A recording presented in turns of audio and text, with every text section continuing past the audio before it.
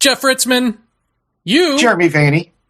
That's me. You have found a man who was, recently interviewed by Time Magazine, who for some reason has decided to come on our show. Well, he's been interviewed a lot of places. He's probably tongue-tired from all of the interviews that he's had to do lately, and the speaking engagements at bookstores and all around. Yeah, Mr. Don Lattin. Don Lattin, go on. Yes, this is someone that people on our forum were saying, we really want this guy on the show, and it just so happened that you, I guess, had seen the same YouTube video that they all had on, promoting his book, and were on it.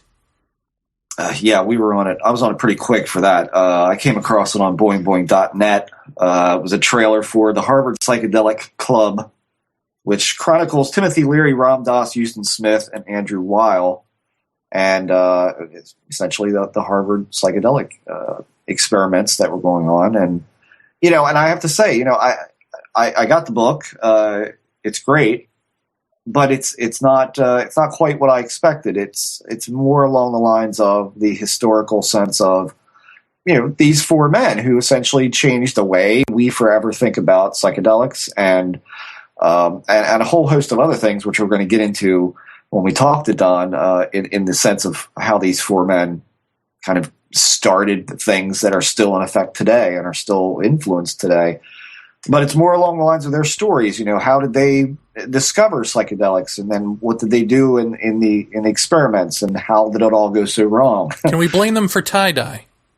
I'm not sure. Indirectly. But, seeing as I wear a lot of tie-dye, I take high offense to that. But it's a damn good book, and in it, and we talked to Don about this. We're going to talk to him about it. He kind of gives a little touch of his own experiences on LSD and other things, and that's quite interesting too. So it's essentially how these four visionaries just changed America forever. I mean, this is 50 years ago, and the impact is still being felt today. So it's a damn fine book to pick up, and it's a little off the beaten path for us, but it's gonna be fun.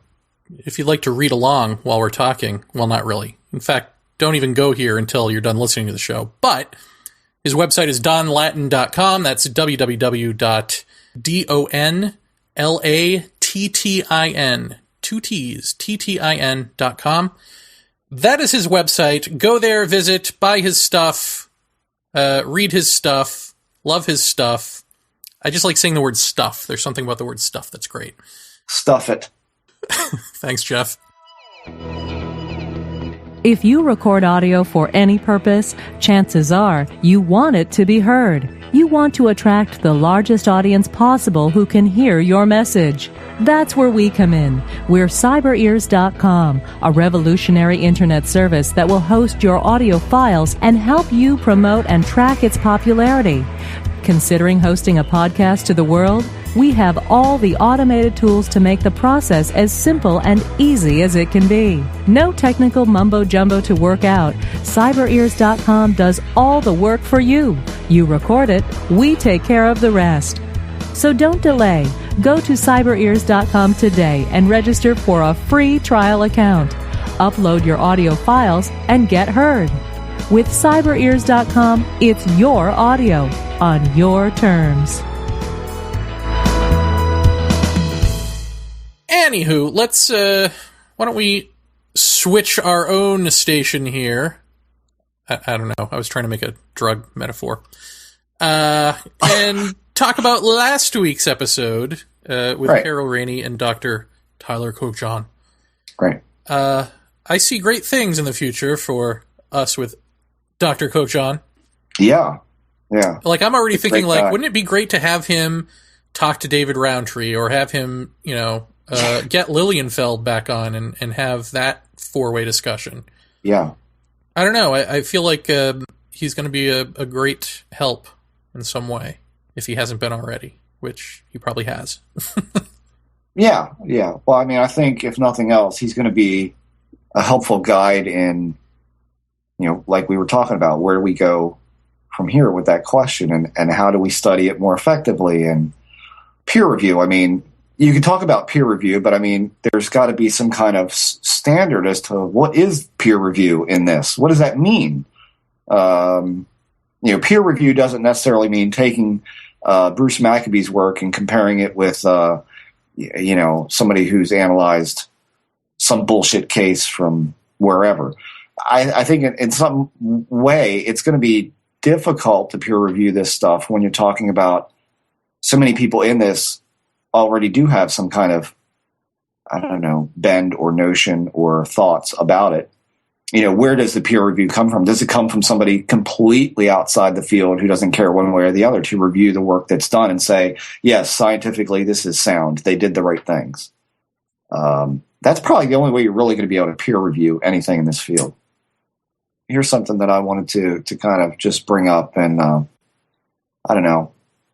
threw a glove down of some sorts, I suppose. I think we've mentioned on message boards and whatnot that Carol's article has gotten a lot of kudos from very, very high-level people in this field. And there's been kind of an unfortunate side note to that, which is that most of them don't want their kudos or their acknowledgement to be made public. And I don't know about you, Jer, but I find that really unfortunate in that either A, this field is more like a clique than a field of study, or B, that this is possibly due to some kind of notion of alienation based on who you take to task for bad work or bad tactics of research or whatever. It's unfortunate because I think if more of you guys and gals out there who wrote Carol about this and supported her in saying this needed to be written, this we've often thought this sort of thing, but we've not said anything.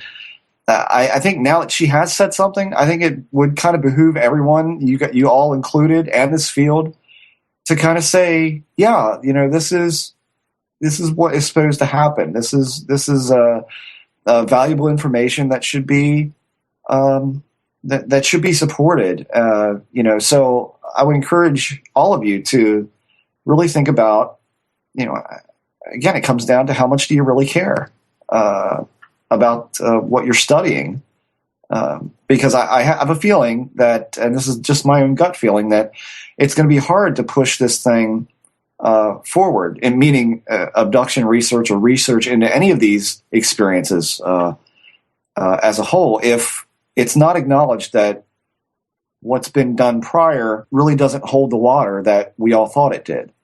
And so, you can sit by and give your private little high fives, or you can get out and actually start to change this and change the way this field views and studies this stuff. Because I have a feeling until some of you top shelf guys and gals do this, I don't think it's going to happen, because everyone in this field, or should I say the interested public in this field, kind of follows your lead on this. And so if you agree with it, why aren't you supporting it? Am I wrong, Jer? I mean, no, you're not wrong. I mean, I understand, at least in terms of not just not wanting to rock the boat, but the bad timing. Bud's really sick and all of that. You don't want to kick a man when he's down. Yeah, do you think that factors into this at all? I figure in some sense it does, but it should be viewed as bigger than that. You know what I mean? It's like, it shouldn't be just about that. It should be about, everything from the hypnosis question to, I mean, just the whole thing. I don't think it's necessary to. Well, that's just it. I mean, these are examples. Bud and Dave Jacobs are examples of the overarching what's wrong problem, and the overarching what's wrong problem is the tools that we're using for abduction research, and so. Right. For the upper echelons of UFO research, if you've sort of suspected all along, or any of those feelings that you've been telling us in private, I mean, it's time to get them out there, or at least to suggest new ways. If you don't feel like stating a negative case, then give us a positive case of directions to look, new tools to use, that sort of thing. Yeah. And there's also been a thought thrown out by a couple of people that, all of this, like, well, we already knew this and we've been talking about this for years and blah, blah, blah. Well, unfortunately, nobody listened. I mean, I talked too. No one listened. And now this thing is kind of, the eggshell is finally broken.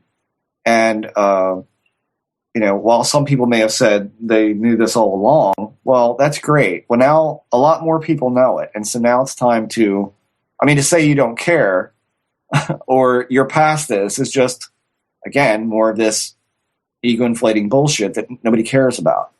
I don't know. I can't understand that mentality to say that just doesn't register on my radar or I don't care about that because I already knew it was bullshit. This is, like it or not, this whole field of study, this whole corner of this study is a big part of ufology as a whole. Now that we know this isn't a good tool, we've seen the results of what that tool can do. We've had all of these people on to talk about it from Lilienfeld up. How about us all trying to be like more proactive in, okay, now here's how we should have done this, or here's how we can approach this. And I don't know, just like so much of it to me plays into, not only the belief systems that we've talked about on the show, like that's going to be the hardest thing to overcome, but also this elitism that kind of here's runs the thing. through this stuff. As far as that stuff goes, the type of person who says that me too, me first sort of ego narcissist nonsense is, if true, you certainly didn't come up with any better research techniques to replace it with. Like if your campaign of telling people this is wrong didn't work, you would think that at least you'd start a campaign of thinking of new ways to actually, I don't know, interview people, attack it. Yeah. So I don't know how useful someone like that is going to be in the first place, because usually they don't bring new ideas to the table. That's why they have to leech off of, your, what you're doing and say me first. I already knew all this. But in the event that I am wrong and any of you do have something useful to actually add, we're all ears. I don't know. Here's where I'm sort of stuck is in trying to reformulate how to tackle these subjects. Do you reformulate with the same cabinet members who screwed up the first time? Yeah. Yeah, good point. Well, and doesn't it somewhat come down to what we've said before, which is, putting your head down and just doing the work. But I think that putting your head down part, I don't think you can do. I think you can do it alone, but I think it's better if you've got someone to bounce stuff off of.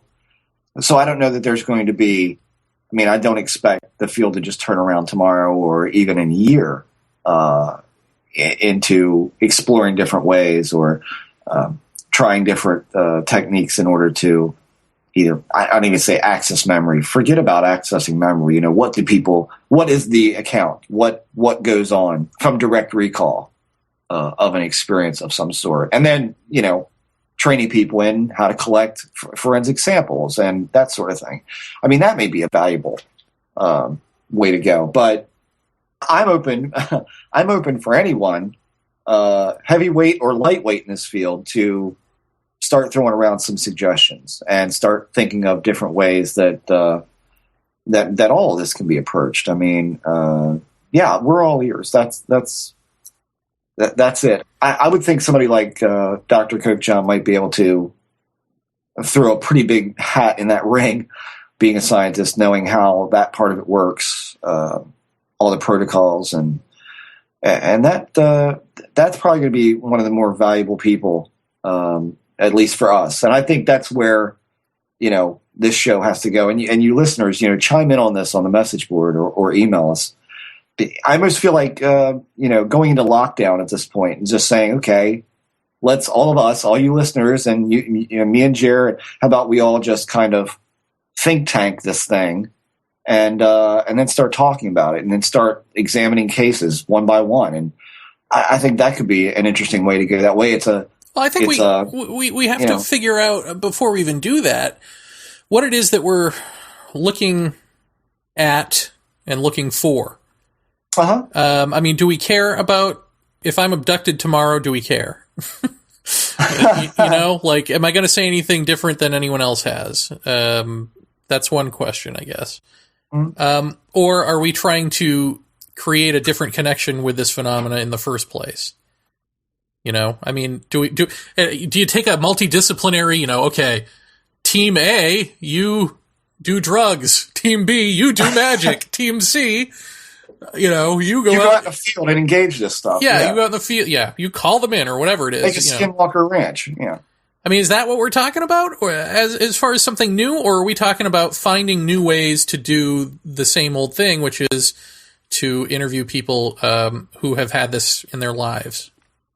I think the choice there is to engage it, but I don't believe that everyone's going to have the stomach for that. You know, and I think that, you know, even the people that don't have the stomach for that may have something useful to contribute.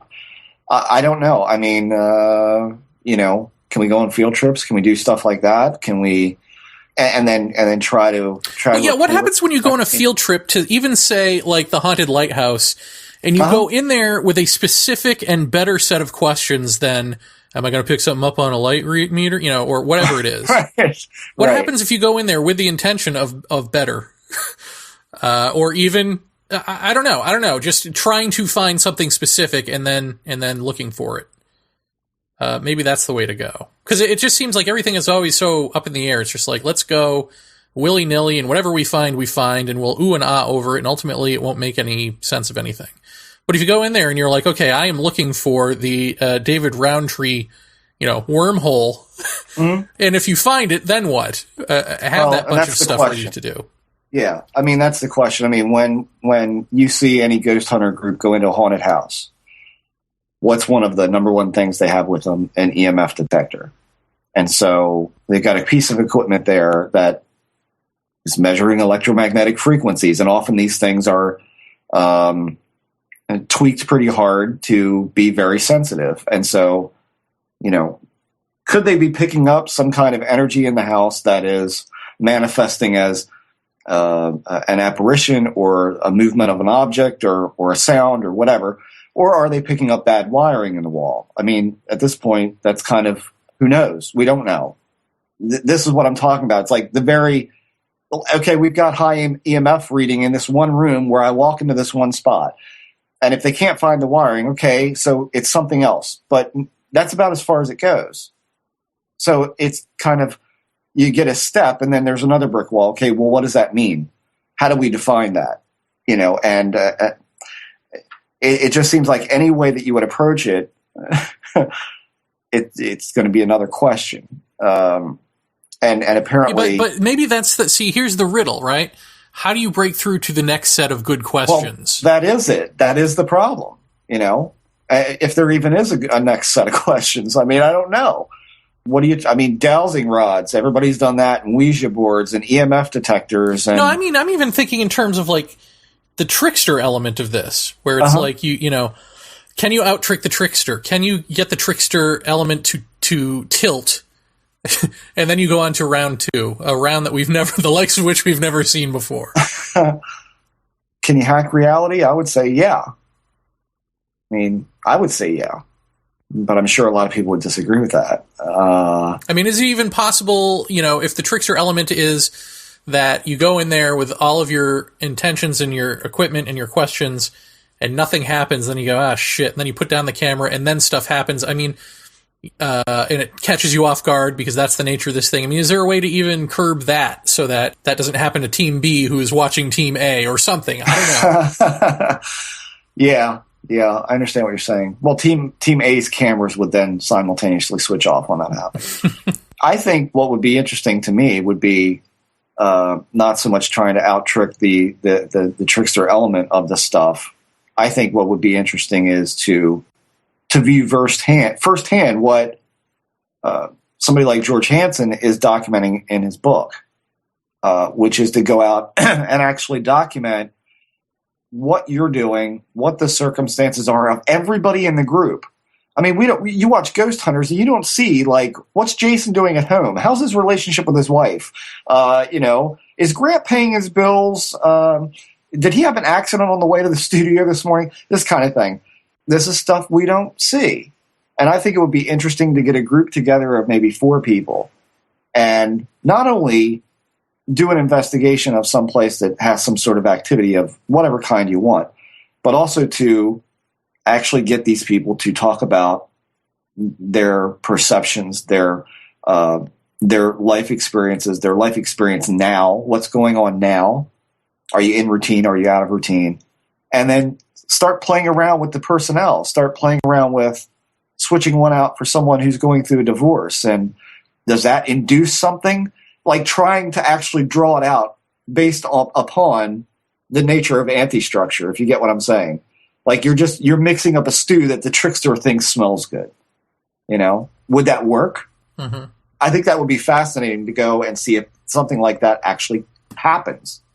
And then if that does happen, can you document it? And I don't mean the typical way. Oh, we got a cold spot, or we got a funny light in the sky. I mean something documented, not just, oh, well, that could be something. I'm not quite sure. It looks strange, but no, I'm talking about something that would be like, wow, look at that. Now, what the hell? There's documentation and then there's documentation. Can you concoct a scenario that would be attractive to that kind of element? I don't know. I mean, when Jacques was on, he was talking about, you would ask him about creating a Skinwalker Ranch, and did it work? He said they saw some anomalous lights, I think, or something like that, like a little bit, but not much. But you live at a Skinwalker Ranch. You are a Skinwalker Ranch. Why can't we just come hang out with you and set up webcams everywhere? Wouldn't that just be easier? Fine. I don't care. That's fine. I don't care. When's your son leaving? When does he go to college? Next year. All right. Perfect. We'll have everyone over to the house. But I'm in a constant state of anti-structure. I mean, I don't live any kind of structured lifestyle at all besides I have to get up and go to work. That's about as much structure as it gets for me. And even when I get to work, there's no structure. What you're doing every day is different every day. Hi, this is David Roundtree, author of Paranormal Technology, and you're listening to Paratopia. Well, Paratopia, we got a very interesting guest for you guys tonight, and this is admittedly outside of our comfort zone, which really isn't a comfort zone, right, Jared? We don't really have a comfort zone, but this is... I'm not comfortable with anything. This is the man who has written a book called The Harvard Psychedelic Club, Mr. Don Lattin. Don, thanks for joining us tonight. Happy to be with you. Let me just preface by saying that usually on this show we've talked a lot about psychedelic experiences and what they may mean, what they may point to. We've talked a lot about Terence McKenna's work, and we've had Dennis McKenna on the show. Mm-hmm. And your book is about, and I'm just going to read the top line here, how Timothy Leary, Ram Dass, Huston Smith, and Andrew Weil killed the 50s and ushered in a new age for America. Quite a mouthful, huh? Yeah, but it's great. And before we get started, can we dispel the rumor that there's a tab of acid on page 108 of this book? I'm sorry, say again? Can we dispel the rumor that there's a tab of acid on page 108? That rumor has been going around, and the bookstores are really bothered by that because, if people damage the books, then they can't send them back. So I really don't encourage people to go chewing on the corner of page 108. Please don't do it. The rumor may or may not be true, but either way, I don't think you should buy the book first. Let me put it that way. I'll put it to you this way: if it is there, this is going to be a damn interesting show in about half an hour. So that rumor reached you, huh? That's pretty good. Well, yeah, it's pretty wild stuff. I don't know who started that. It might have been me, but... Hey, sales must go on, as they say. Yes. Well, anyway, the book really takes a look at these 4 central players. And basically, why don't you kind of set the stage of us? It's, 1960? Yeah, it's actually an incredible time and place in recent American history. It's, at Harvard in Cambridge, Massachusetts, 1960. This is all starting to unfold Leary's research first with psilocybin, called the Harvard Psilocybin Project. It's all starting to unfold in the fall of 1960, the same season that JFK was elected president. And there's a whole sort of new feeling in the air, kind of a lot of feeling of hope and optimism around JFK, a little bit like we felt for a while with Barack, or a lot of people felt with Barack Obama. In both cases, it didn't last all that long, but for a short period of time, there was a lot of hope and optimism. And so these four characters, Timothy Leary, Ram Dass, whose name was Professor Richard Appert back then, Huston Smith, who was a philosophy professor at MIT, and Andrew Weil, who was just an undergraduate at Harvard. They all came together around this Harvard Psilocybin Project, but all kinds of other people were also in town. Allen Ginsberg, the Beat poet, who always seems to pop up everywhere, it's on the cusp of everything in the 50s and 60s. He was there in fall of 60, and Aldous Huxley, who you may recall wrote The Doors of Perception about 5 or 6 years earlier, which is really the book of Genesis for the psychedelic movement of the 60s and 70s. He just happened to be doing a series of guest lectures at MIT, right down the road from Harvard, and William Burroughs was around, Alan Watts was around. All kinds of people were in and around Harvard, partly because Leary was attracted, and partly just because of something was in the air or in the water or something. Could be either. Yeah.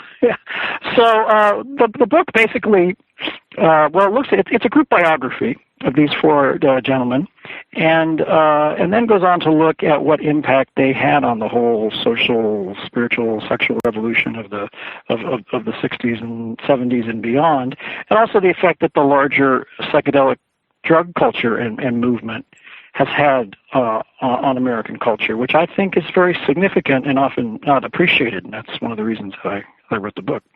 Well, and a great book it is, I have to tell you.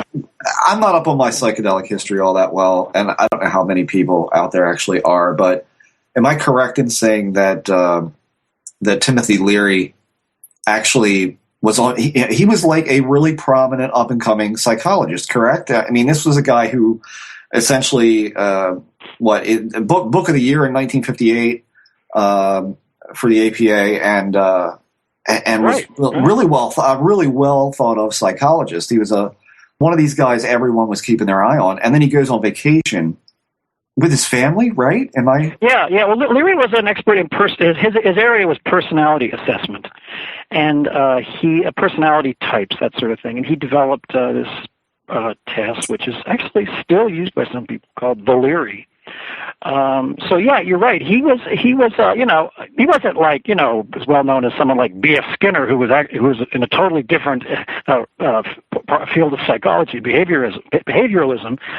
He was the big star at Harvard, but Leary was an up and coming psychologist. And what's interesting about Leary is even before he ever took any psychedelics, he was very radical in the sense that he was questioning the power relationships between researchers and their subjects, or psychotherapists and their patients, and just questioning that whole dynamic.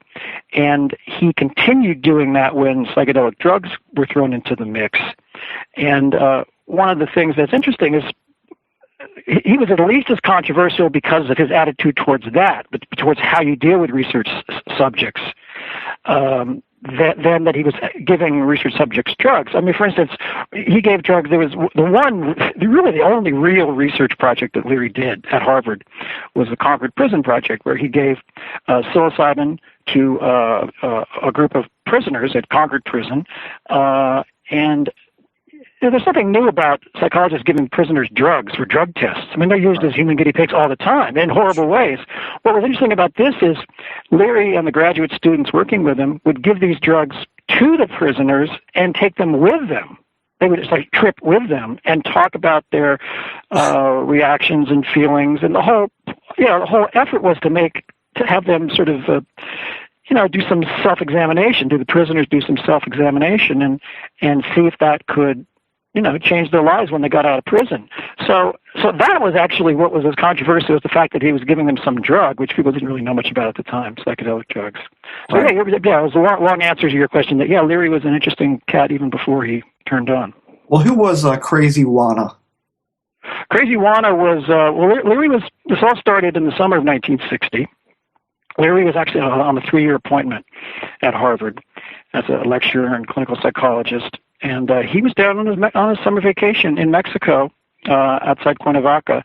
And he I had heard about, psilocybin, mescaline, peyote, those kind of drugs. Because there was quite a bit of, there was a big article in Life magazine written by a guy named Gordon Wasson just a few years before this, a very positive cover story in Life magazine about psychedelics.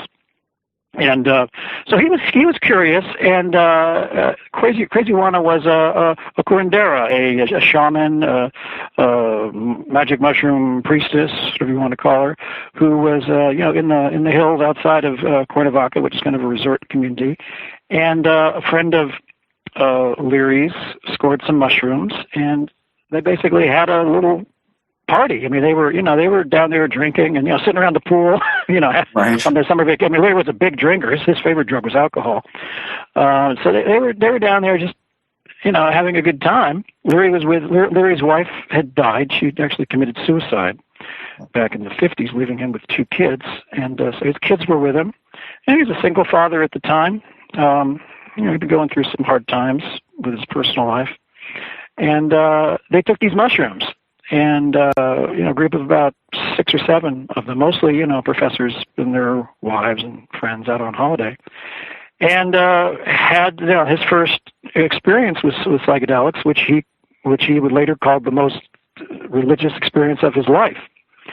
And, I write some detail about his trip in the book, but what was interesting to him, and to me as someone who writes about religion in America, is that he didn't expect to have a religious experience, really. He was not a religious person. None of these guys were. They were psychologists. They were secular. They were scientists, and they were having these religious experiences.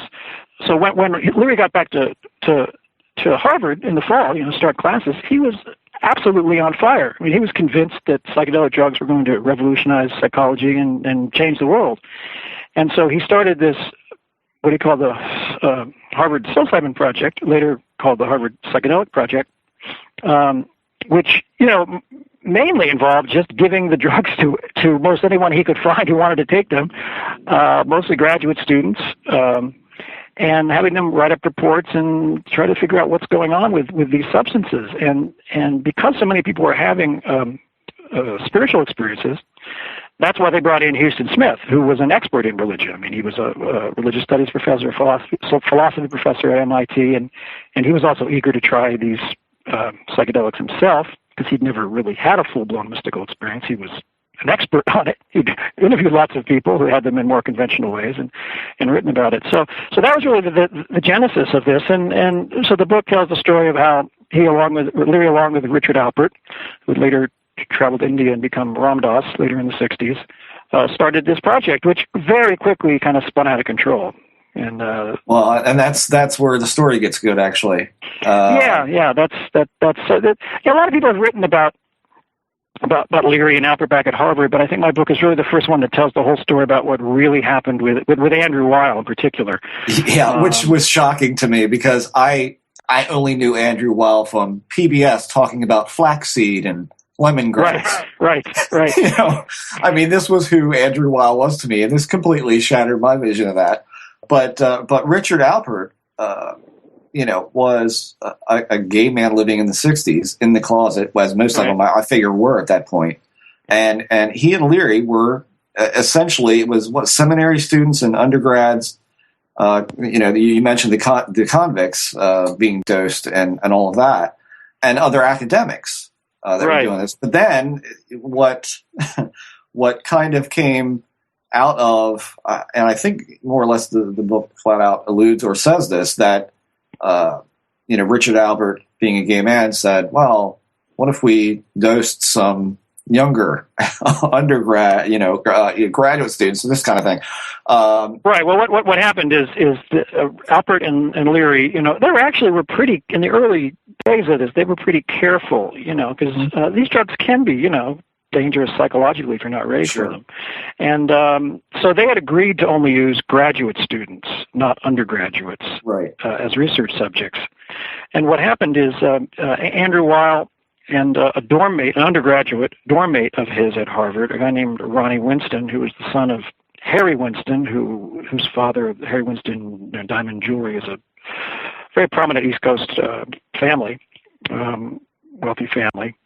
And so Ronnie and Ronnie Winston and Andy Weil went to see Leary and Alpert and asked to be research subjects, and was told that sorry, we're not allowing undergraduates.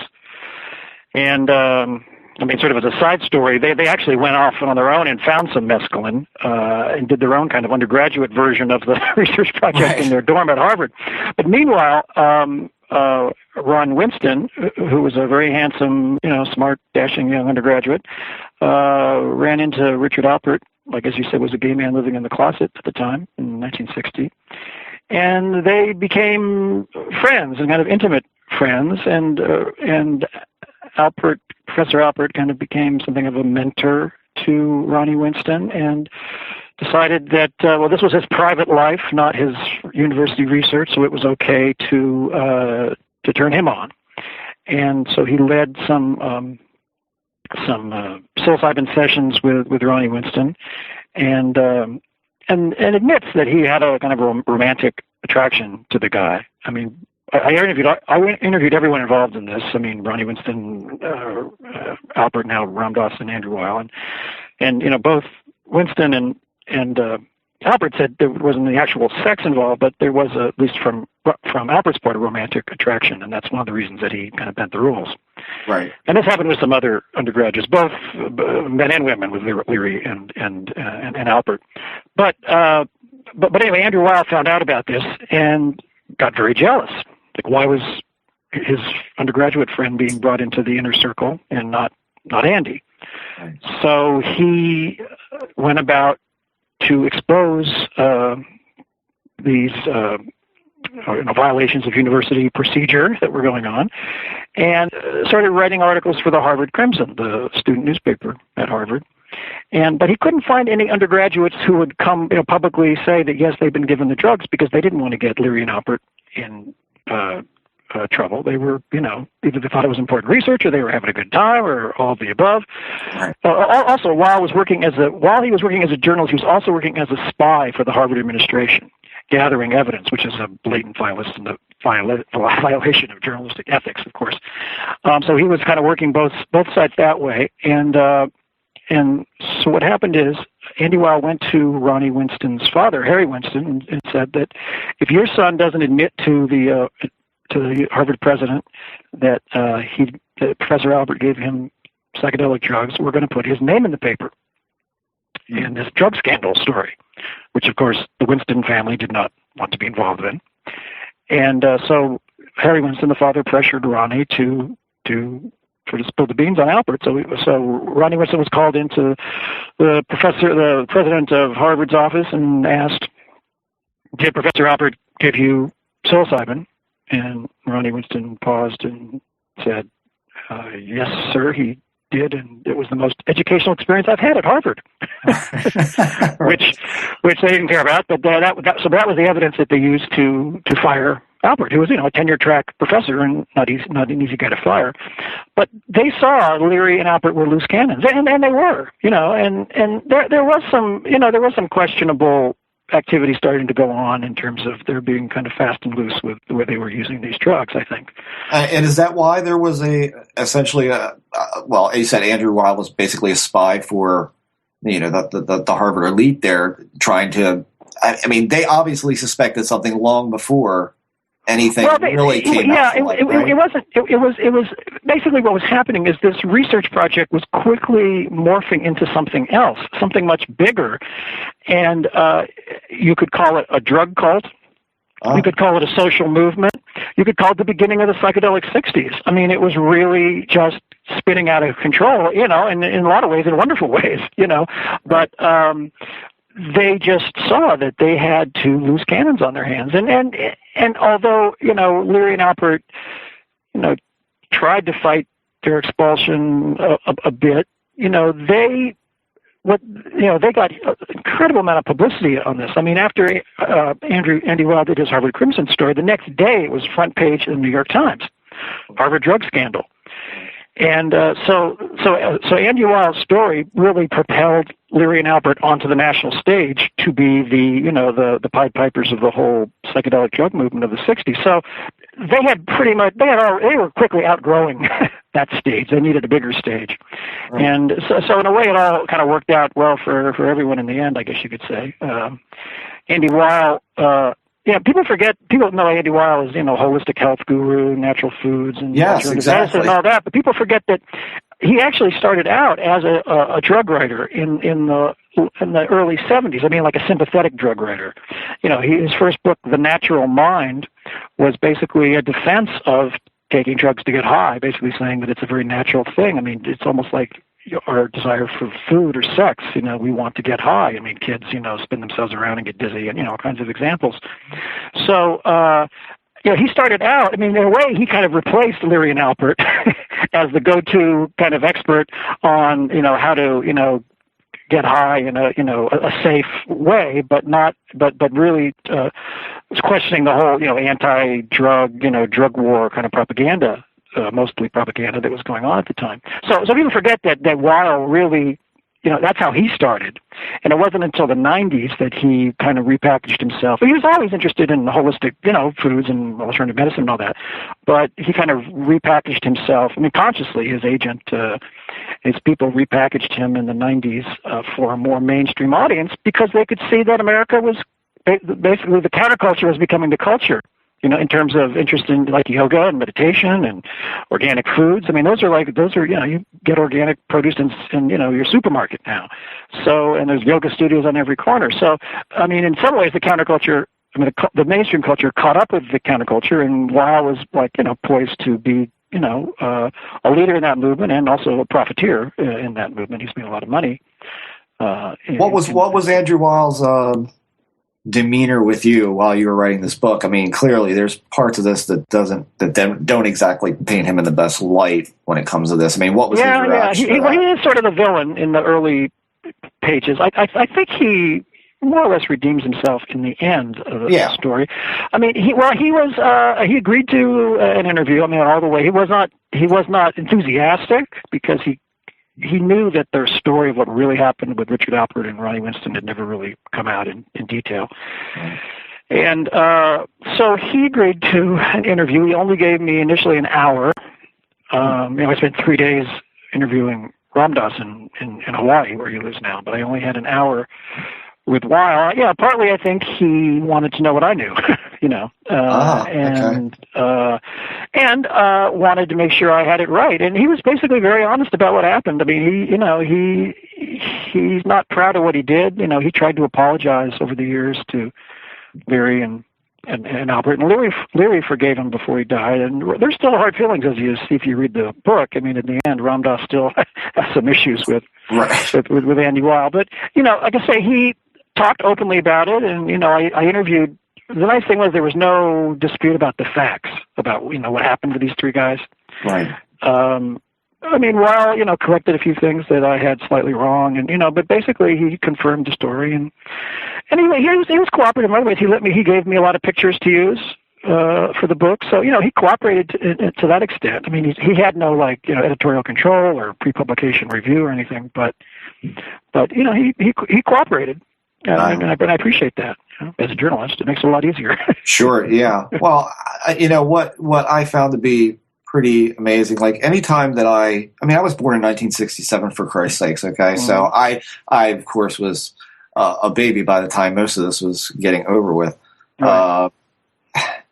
I always pictured Leary in the tie-dye shirt, you know, and the, I guess, the beginnings of a ponytail, and later years became a full ponytail and that sort of stuff. I mean, you kind of picture this old hippie guy who was just didn't seem to fit in place with the rest of the visuals that you think about when you think about the 60s and the acid and the, you know. I mean, because he was so much older, or? Yeah, just because he, you know, there was just something about that. And it's like it never clicked until I started going through this book and thinking about it and then doing a little research on the net that, you know, when they left and they realized when Harvard was over for them and they went out to California where this stuff was really exploding. Right. They were still suit and tie guys. Am I right? I mean, yeah, no, that's see, people when you talk about LSD, you know, people what do people think of? Well, maybe they think of, you know, tie dye, right? And Jefferson Airplane, the Grateful Dead, San Francisco, you know, hippies, communes, the BN, you know, rock concerts and all that. But you have to remember that, you know, there was a lot of LSD research going on before Leary and Alpert. I mean, in the 50s. I mean, I'm actually working on a book right now which is going back another generation in this story. But, you know, when Leary and Alpert and Huston Smith and all these guys at Harvard, I mean, they were still, you know, they had, you know, they were buttoned down. You know, they had, you know, the thin ties. They looked like the guys on Mad Men, you know, that show about advertising executives in 1960. Yeah. Because that's the era, that's the look. And there wasn't any acid rock. I mean, there really wasn't. I mean, there was maybe Elvis Presley, but there wasn't, you know, the Beatles hadn't happened yet. Yeah, they were listening to Miles Davis. You know, they were listening to like the cool jazz of the late 50s and early 60s when they were tripping. And also, you have to remember that LSD was legal until 1966. Yeah. So, you know, until like 64, 65, I mean, people, if they'd heard of LSD, they thought of it as this interesting new drug that you know, may help psychologists, or, you know, they may find some purpose for it. I mean, later on we found out, of course, that the CIA and the Army was doing all kinds of nefarious research with LSD, but that wasn't publicly known at the time. So, you know, you have to sort of stop to understand the story. You have to kind of like forget about what you think you know about LSD and realize that there was a whole other era before Leary. There was a whole, and LSD and other psychedelics were looked at in a different way. Well, now that's it's interesting that you talk about the whole military aspect of it. And I'm just looking at some notes here that I wrote down about the book. This whole thing. I mean, I'm looking at this book and I'm thinking, okay, we're 50 years down the line, and I took it to work with me the other day because I was reading it at lunch, and somebody said, "Jesus, are they still talking about Timothy Leary?" And I said, "Yeah," and it's you know, it's actually a really interesting story, not so much about, you know, the depth of experience or anything like that, but this is more like the I almost want to call it like the serial soap opera of this story of these men and how they turned America on its ear. It all seemed rather accidental to me. Or serendipitous or whatever. Yeah. And so, you know, somebody had said to me, you know, what, and I don't think this is such a bad question, actually. It's like, well, what's the relevance now? I mean, the 60s are over. It's 50 years. You know, it's all this time has passed, and what is the relevance? The only thing that I could come up with is that due to how out of control, as you said, the Harvard experiments got, I mean, is that the reason these days that people like, you know, Rick Strassman and others have such a hard time getting permission from the government to do serious research on DMT, LSD, all of these? Is that why there's been such a huge right? Well, there's kind of two huge questions there. The first one is like, what's the impact of these guys now? And then the second one is, one of the impacts of them now is this backlash, which against serious academic, scientific, government research into these government-sponsored or at least permitted research into these substances. And yeah, I argue in the book that you could say that Leary's main legacy, in a sense, is a negative one. Leary himself, as opposed to the other three. The federal government, Richard Nixon, they were very scared of Timothy Leary. I mean, he was, you know, he was encouraging everyone and their little brother to turn on. And I mean, Richard Nixon called him the most dangerous man in America. But he was a professor, and so he had a certain amount of authority even after he left Harvard. And so there was a backlash not just against the street use of psychedelic drugs, but against, legitimate research, which we're just seeing end in the last 5 or 10 years. I mean, I just wrote a magazine article on this whole wave of new research that's going on using drugs like ecstasy, MDMA, to treat returning Iraqi war veterans suffering from PTSD. I mean, there's all kinds of research using LSD to treat cluster headaches, which are a real bad form of headache, worse than migraines, and using psychedelics for end-of-life kind of issues, grieving issues, in conjunction with psychotherapy, So there's finally, it's opening up, but it's been, there's, people in this field call it the lull. It was about a 40-year lull. And, it's not just Timothy Leary, out on the West Coast, you had Ken Kesey, and the Merry Pranksters, and they were, in a sense, doing wilder things than Leary and Alpert ever did. But, the whole social revolution of the 60s, which psychedelic drugs were very much at the center of. So there was that whole backlash. But you asked, why do we care about these guys today? Well, I mean, that's why I chose these 4 guys, because you can see their impact in different ways.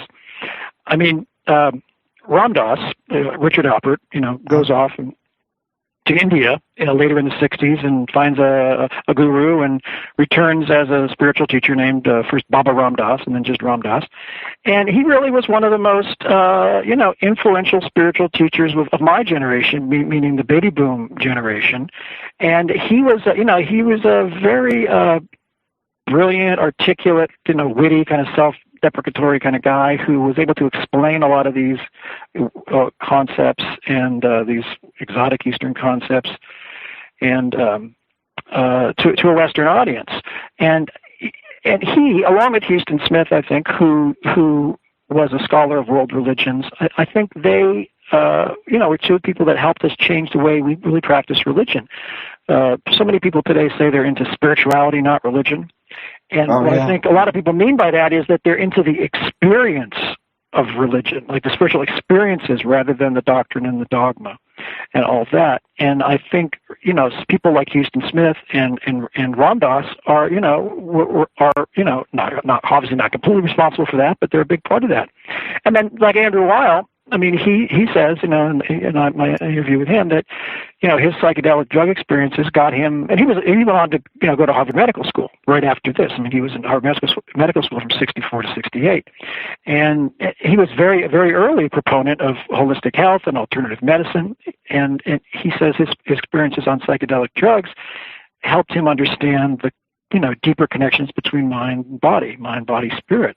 Okay. And, you see that, in mainstream medicine today. I mean, it's not unusual for, someone's cardiologist to say, well, you should go meditate, to reduce your stress level, and meditation will have an actual physical benefit. It's not just some kooky thing that, hippies do or gurus or Buddhists do or something. And same thing with yoga. I mean, it's, yoga is like, people look at yoga like, kind of like going to the gym or something.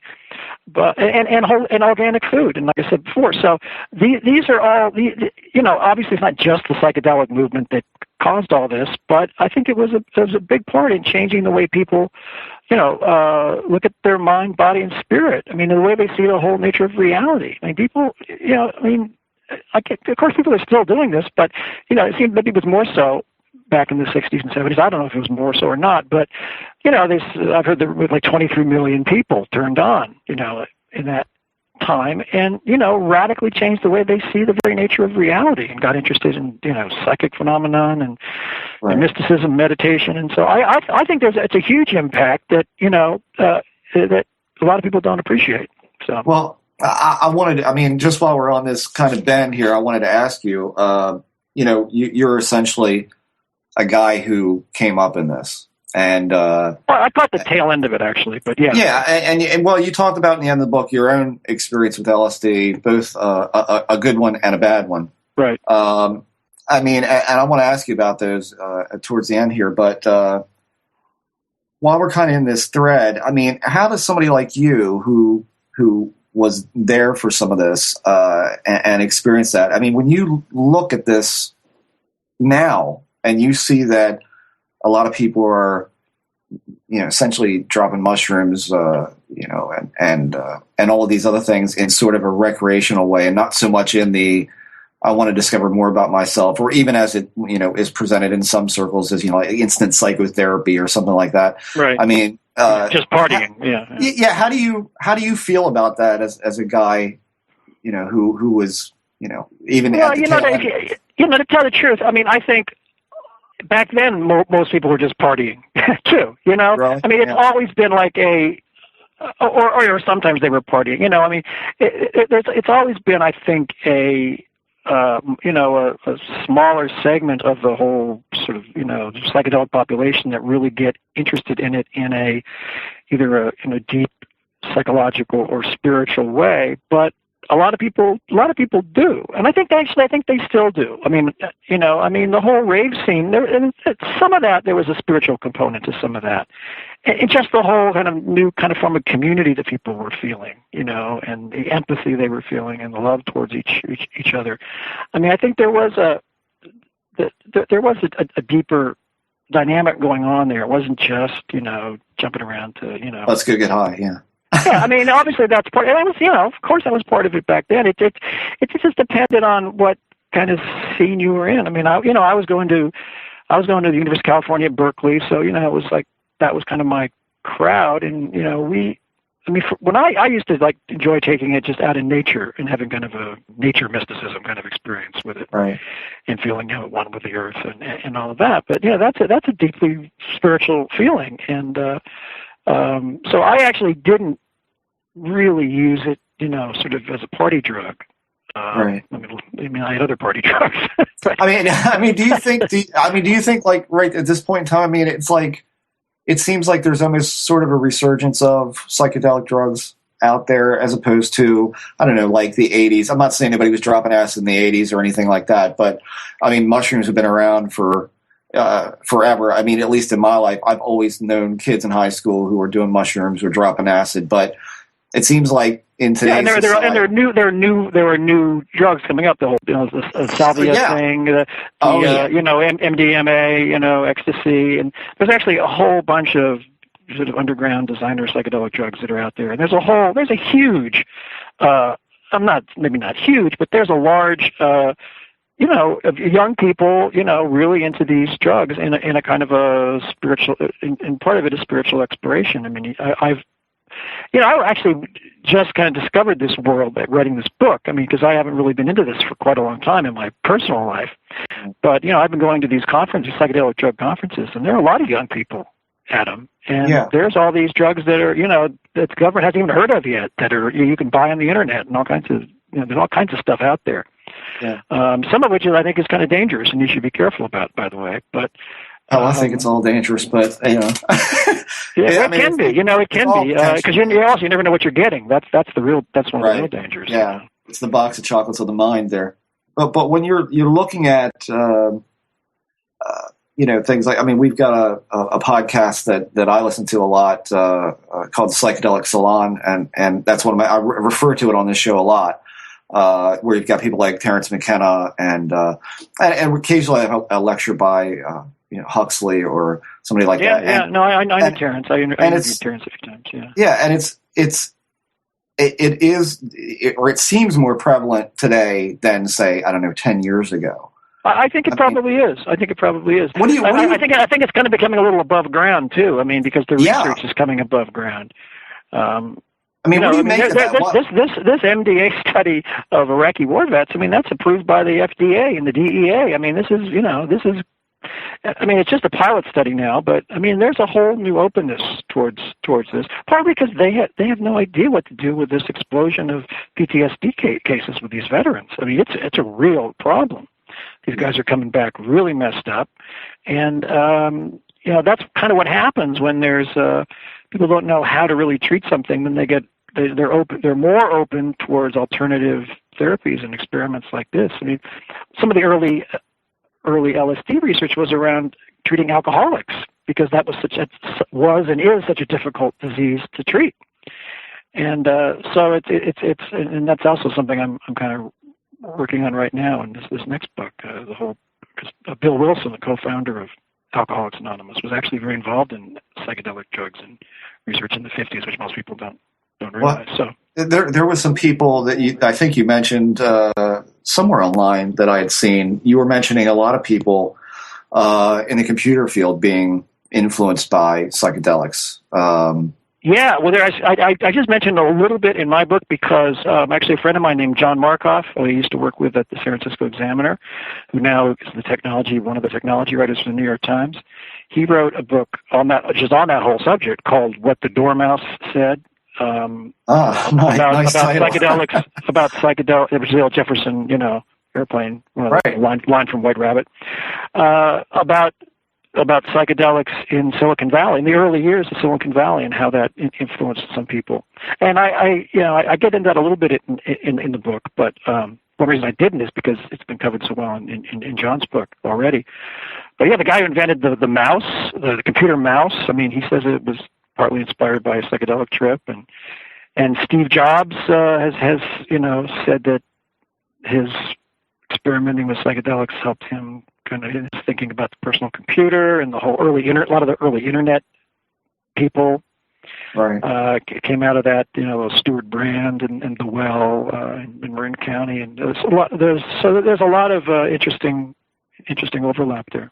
Well, you mentioned that you'd interviewed Terrence before a couple of times. What was your impressions of him? Well, he's great. I mean, it's you never know exactly what to believe, but it all sounds so wonderful when it comes out of his mouth because he's such a brilliant, articulate guy, and it's he's just so much fun to listen to, and then to quote. I didn't spend a lot of time with him, but I interviewed him, had a long interview with him once at Esalen Institute at Big Sur for a story I did I used to write for the San Francisco Chronicle. Well, and, I mean, being somebody who's done this stuff, what Terrence basically thought is that some of these things that we're seeing in psychedelic visions aren't necessarily hallucinations. He wanted to redefine what hallucination meant. Right, there's a whole other level of reality. Exactly, and that we're being tuned like a radio by these different compounds to actually perceive things that are already. I mean, do you come away from your experiences feeling like that as well? I don't know. I tend to think that it's more of it is kind of socially conditioned. I mean, what you expect to see, you often will see on these. Although I'm really not sure, I mean, I haven't gone deep enough into into it myself in terms of taking these really powerful drugs to really say one way or the other. I'm kind of agnostic on it, I guess I'd say. I mean, I try to be open-minded about it, but I don't think there's a lot of magic. It doesn't necessarily have to be a lot of magic to it. I mean, it's brain chemistry, we're dealing with here. So, although I think you saw this. I think that's why you contacted me. I posted this YouTube video. Did you say you saw that? Is that how you sort of stumbled across me? Was that? Actually, boing.net had your book listed up there, and I was like, oh, this looks good. Yeah, well, I must write. Yeah, well, what I love this video, which your listeners can find on YouTube by just typing LSD research. We're on our message board. Yeah, it's gotten 750,000 views in 2 weeks. The thing went viral. It's really been amazing, and it's a video. It's an old 50s television show actually called Focus on Sanity, where this researcher, Dr. Sidney Cohen, at the the Veterans Administration Hospital in Los Angeles, where it was dosing people with LSD. And the YouTube video is from I found this footage of this woman who takes LSD and just talks about her experience. And what's really interesting about it is she starts out as this like 50s housewife, kind of like June Cleaver. Yeah, I was going to say exactly. And then she had no idea what to expect. I mean, she didn't know you're supposed to like get mystical or, talk this way. And, when you take LSD and she just is transformed into, she sounds like, this kind of hippie acid goddess, acid queen, talking about these mystical states she's going through. And it's actually very beautiful. And she feels all kind of empathy and love. And, so I say that because there is something, there is something inherent in these substances. It's not just social cues and what we expect to feel, but it's very complicated. I can't pretend to understand it all. Well, I can tell you, in watching that, you're right. It is amazing to hear her describe her experience in the moment. Yeah. But when she starts talking about, and by the way, I posted that video to our message board long before, because we had people actually asking for you. Are you going to get him on the show? Yes, we are. Oh, really? Cool. So you're well expected here. As I'm watching this, I'm watching her face, and I'm seeing her talk about this cobweb that is forming in the corner of the room, and that apparently goes right through her. Right.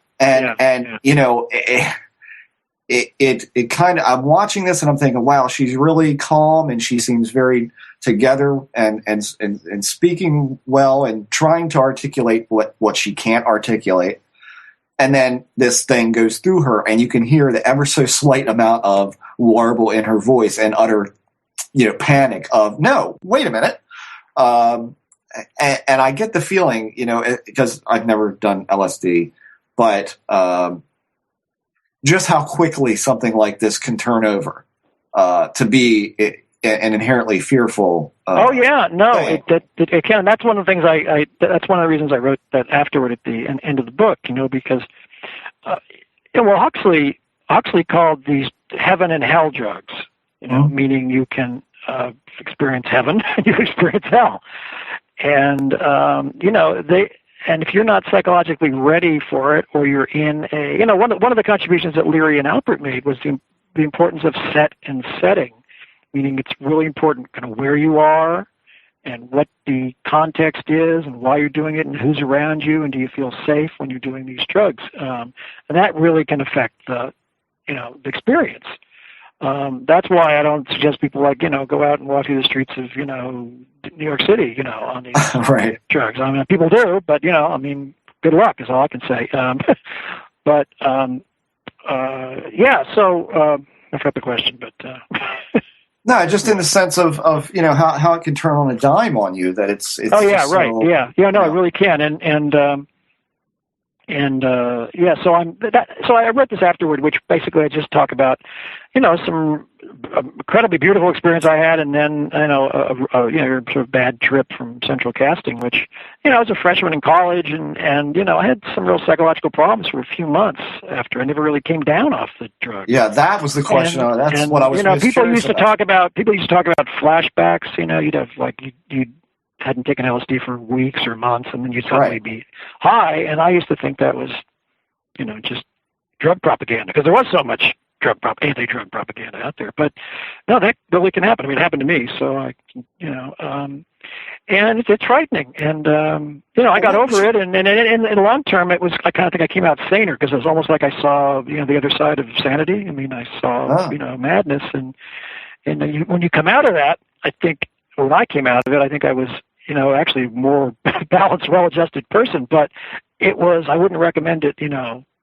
For everyone, because a lot of people never came back. There are a lot of casualties. Yeah, there are a lot of casualties. I mean, I have friends, I know people who just basically never kind of came back. Well, what was your mindset? I mean, because the way I read your book is like you did this, you had the negative experience, and I'm not sure how closely this relates, but you just said it was madness. It was like you didn't feel that it had gone away. Right. It wasn't so much a flashback as much as that I sort of stayed kind of high, and it would flare up. Yeah. Were there visuals going on with that? Were there a little bit? Yeah. No, a little bit. Really? Yeah. No, it was it was very frightening, and I promised myself I would never do psychedelic drugs again. Of course, I did 6 months later, but right. But I was always more careful after that. Well, I mean, you were able to function. I mean, in normal life, pretty well, right? I mean, or was it? Well, I mean, I was. Yeah, I could sort of, but I mean, I was. Well, for instance, I think I mentioned this in the afterward. I mean, I was an undergraduate at Berkeley, and having to study and all that, and I had difficulty concentrating. Basically, I would read a sentence, and one word would take my mind off on some tangent. which you can kind of do anyway, kind of daydreaming, but it was like a really extreme form of that where I just could not read a sentence and retain it. And that's not a good place to be when you're a freshman at, college. Right. So, there was that. And then there was, I was a little paranoid, I had this kind of weird reverse paranoia. I thought people were trying to help me rather than trying to hurt me. What? Yeah, the people were trying to help me rather than hurt me. Yeah. And it went on for a few months, and basically I got back, to a saner state of mind, thank God. And that happened in a phone booth, right? What was that about? I mean, oh well, that was just the closest thing I got to kind of freaking out was I was home for the holidays. I think I was 18, 19 years old, right? Mm-hmm. So, and I had a really scary hallucination, and I ran out to call a kind of like a drug hotline, to help, hotline, which they had a lot more of then, I think, than they do now, because there were so many people flipping out. Right. And so I went out, and I went into this phone booth. We used to have phone booths, they don't have them anymore, but they don't have payphones anymore, but, where there would be these kiosks where you actually, it's like an accordion door and you pull it in, right, rather than pushing it out. Right, like a collapsible accordion thing, yeah. Yeah, so I was in this phone booth, and I called this number. I didn't like what I heard on the other end of the phone, and I was just trying to get out, and I was like kind of flipping out trying to get out of this phone booth like some, madman. I probably looked like Charles Manson on a bad hair day or something. I had long, crazy black hair and a big beard then, and and right. Who knows what I looked like to people passing by, but it was kind of the low point of that, maybe 1 or 2 month period where I struggled with all this. And I started laughing at myself, and because I saw the expressions on people's faces walking by on the street, like I was like, 5 minutes from getting, thrown into the loony bin, but but I got through it, and like I say, I mean, in the long run, I'm kind of glad I went through it. But what was scary about it is I didn't know it was ever going to go away. It did. Yeah, that would be a concern. Yeah. Yeah. No, I thought I had, fried my brain, and I was, brain damage and all that, which they used to tell you you'd get on LSD. Oh. And actually, there's very little physical damage you can do on real LSD, pure LSD. But psychologically, it can definitely do damage. Yeah, but in a minority of cases, I mean, most people, I think that was, even though it happened to me, I think, it was, in some ways it was overblown. I mean, many more people had positive experiences than negative experiences, I think.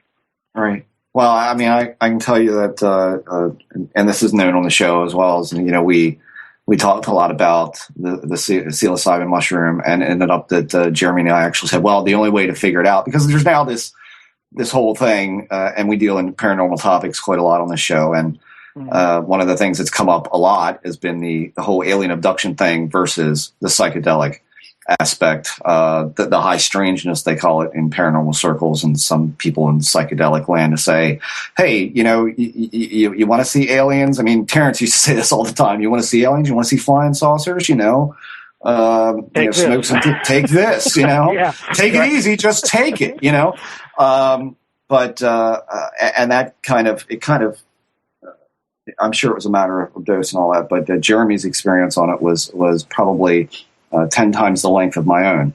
But, and I think, Jeremy, you probably got some questions at this point, right? Yes, indeed. Go ahead. Let me jump in. Well, just to stick with the thread of your own situation, you'd said that you preferred to do hallucinogens in nature. Why? What was that? What was it about nature that's better? Well, I just think there was a kind of a natural symmetry and a beauty in nature, and you kind of, and it's easier to see for me, it was easier to see kind of the interconnectedness of everything. That kind of a feeling at one with everything. So it's not like animals are jumping out at you and squirrels are giant Godzilla-like creatures? Oh, no. It's very peaceful, very, very peaceful feeling. I mean, you might, like you can be, for instance, you would be laying back in a field and you basically lose, this is a very common thing on LSD, you basically, your skin kind of melts as a boundary between you and everything else. So you kind of like would melt into the ground. So you lose the sense of having a body, which can be really frightening. or can be really peaceful, depending on how you look at it, you know.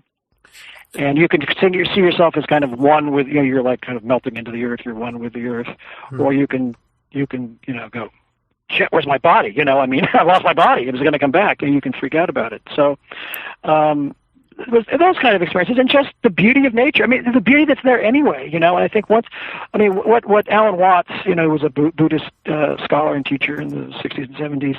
You know, people asked him, once you have like a sort of an enlightening experience on LSD, should you keep taking it, right? And his line was, well, once you get the message, hang up the phone. Right. You know, you sort of, you take these drugs, you know, maybe one or two times, and you experience this level of reality, which is there.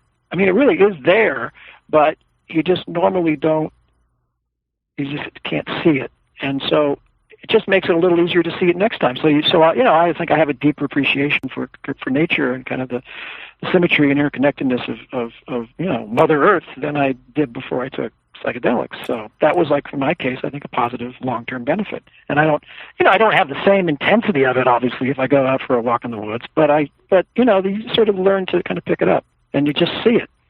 And there's nothing really magical about it. It's just this interconnectedness. Mm-hmm. To your knowledge, is there any brain research that shows where in the brain these different parts of the trip are affecting different parts of the brain, that sort of thing? So if you feel as though you're melting at some point, can you pick that up in the brain? You know, what's being triggered? Yeah, you know, there was part of the problem was there was so little research done on LSD for 40 years that there really hasn't been. There's been so many advances in understanding of the brain and brain chemistry and all that and neuroscience, but there really hasn't been a lot of research with psychedelics until recently. So, I mean, I was at this psychedelic drug conference, and I was asking people that. I was basically asking, you know, how much more do we know about these drugs? How much better do we understand them than we did in 1960?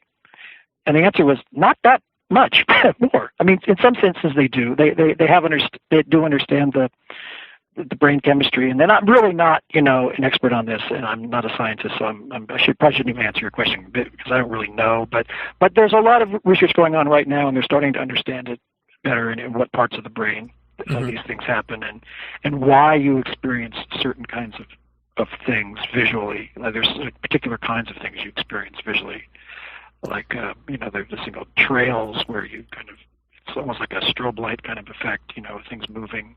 And there's sort of a, you know, a scientific explanation why that happens on LSD. Little things like they're starting to understand that a little better. Did you find when you did LSD, like, you know, as Jeff, the one thing that Jeff and I had in common with our experience on mushrooms was that it seemed to unfold in stages, and it seemed to get progressively more deeply hallucinogenic as the night went on. Is it the same thing with LSD?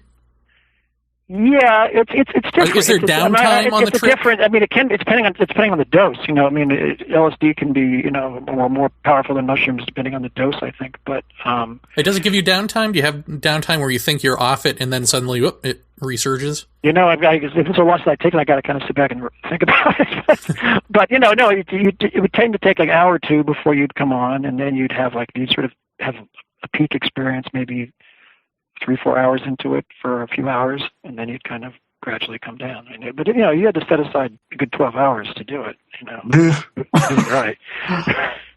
There's a come down. There's kind of it can be kind of a, you know, you can feel down like that's. With LSD, also with other drugs like, you know, ecstasy, MDA, those drugs that are, they really, basically what they do is you start pumping serotonin, right? And then, but you can have like a sort of a down feeling after that because you've kind of burnt out your serotonin receptors or whatever. I guess I really don't know the science, but hence the term burnout.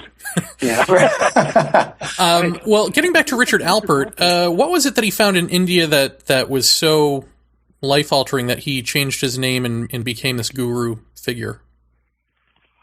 Well, he was different than drugs. I mean, obviously. Yeah, well, both he and Leary took a lot. I mean, he had hundreds of LSD trips in just the space of a few years. You know, and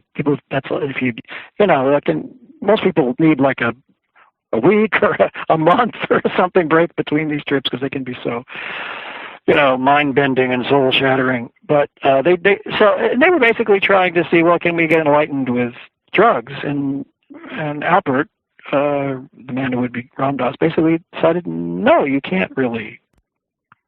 He was basically looking for a softer, gentler way to approach this territory of understanding the mind and mysticism. And, a tried and true ancient path is meditation. And it's not as dramatic, but, you get glimpses of these same altered states through meditation or through chanting or, all kinds of spiritual practices. So he basically went off, in search of that, like many people did, tens of thousands, hundreds of thousands, who knows, people did in the 60s when, the journey to the East. And he found a teacher named Neem Karoli Baba, who became his guru. And he came back. This guru told him to go serve people, to go help people.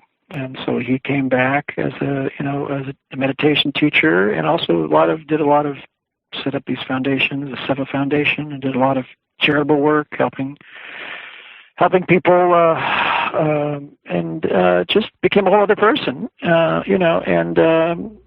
also never completely stopped doing these drugs, but he basically became a proponent of meditation as a better way to, incorporate this into the rest of your life. Well, am I remembering correctly that Ram Dass, that his teacher is the one who said, "Give me all your acid," and he took it all at once, and it had no effect on him? Yeah, that's a story that Albert tells. Some people think he may have just palmed it, what do you think? Taken it. Not really taking it, like pretended to take it. Oh, that he palmed it. Who knows? I really don't know. But there's all, in India there's all these stories about these saints and sadhus and these incredible feats that they perform. It's kind of part of the cultural lore, in India. So, but that didn't so affect Ram Dass that he stopped taking drugs. He didn't stop taking drugs, but he didn't completely stop taking drugs. I mean, he did for periods, but he told me maybe he'd do it like once a year, But basically, he stopped promoting them. That's kind of what he did. He stopped promoting them, and really was promoting meditation and service. I can't remember if it was on our forum or something. Somebody said that they don't believe drugs are enlightening because when they did drugs, they don't need their brain to crawl out of their head and scurry across the floor. That to them is not, that visual, which apparently they had, is not enlightening. I think about that, and I think about all of the people who do promote this hallucinogens as enlightening. And I just wonder, do you think that there is a difference between an enlightening experience and even a powerful, positive drug trip that, unless you've had the authentic spiritual experience, you can't know that the drug trip isn't it? Well, this is something that Huston Smith, the philosophy professor, was really interested in, whether these are authentic religious experiences that people have, and there's a whole chapter in my book on this. And what Huston determined, and what I agree with this, is that yes, you can have, this basically the same experience in terms of the, mental, psychological, spiritual state or experience on psychedelic drugs as you might have through chanting or meditation or some other spiritual discipline. The brain, it's like, it's a way of altering brain chemistry, and there's lots of ways to do it. Drugs are just one way. There, in a sense, an easier way. It's also a more dangerous way. But what's important to me is not so much the experience; it's what do you do with the experience, right? How does the experience change the way you live your life? Does it make you a better person? Does it make you more aware, more conscious, more compassionate? That, to me, is like the proof of whether it's an authentic, quote unquote, religious experience. It's not so much the experience; it's what the long-term effect of it is on your life. And that's why, I think, yes, you can do that with psychedelic drugs, and you can also do it with meditation. And you can take psychedelic drugs and become, more of a jerk than you were before. It's not like it's not like a magic pill. It's how you incorporate it into your life, and at a certain point you say you have to stop taking drugs and start living your life, and then take what you can from the experience. That's my take on it. Well, in terms of becoming a jerk on it, did these people? I mean, Ken Wilber.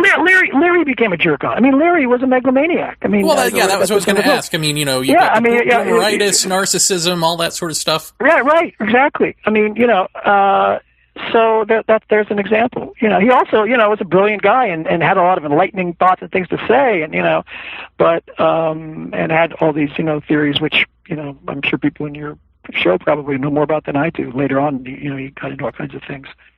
But yeah, I mean, it's like it's like I say, it's what you do with the experience. I mean, some people, psychedelic drugs can you can have ego dissolution, like you sort of can, you don't suddenly feel like you're the center of the universe, right? That you're connected to everything else around you, which can be, an enlightening experience.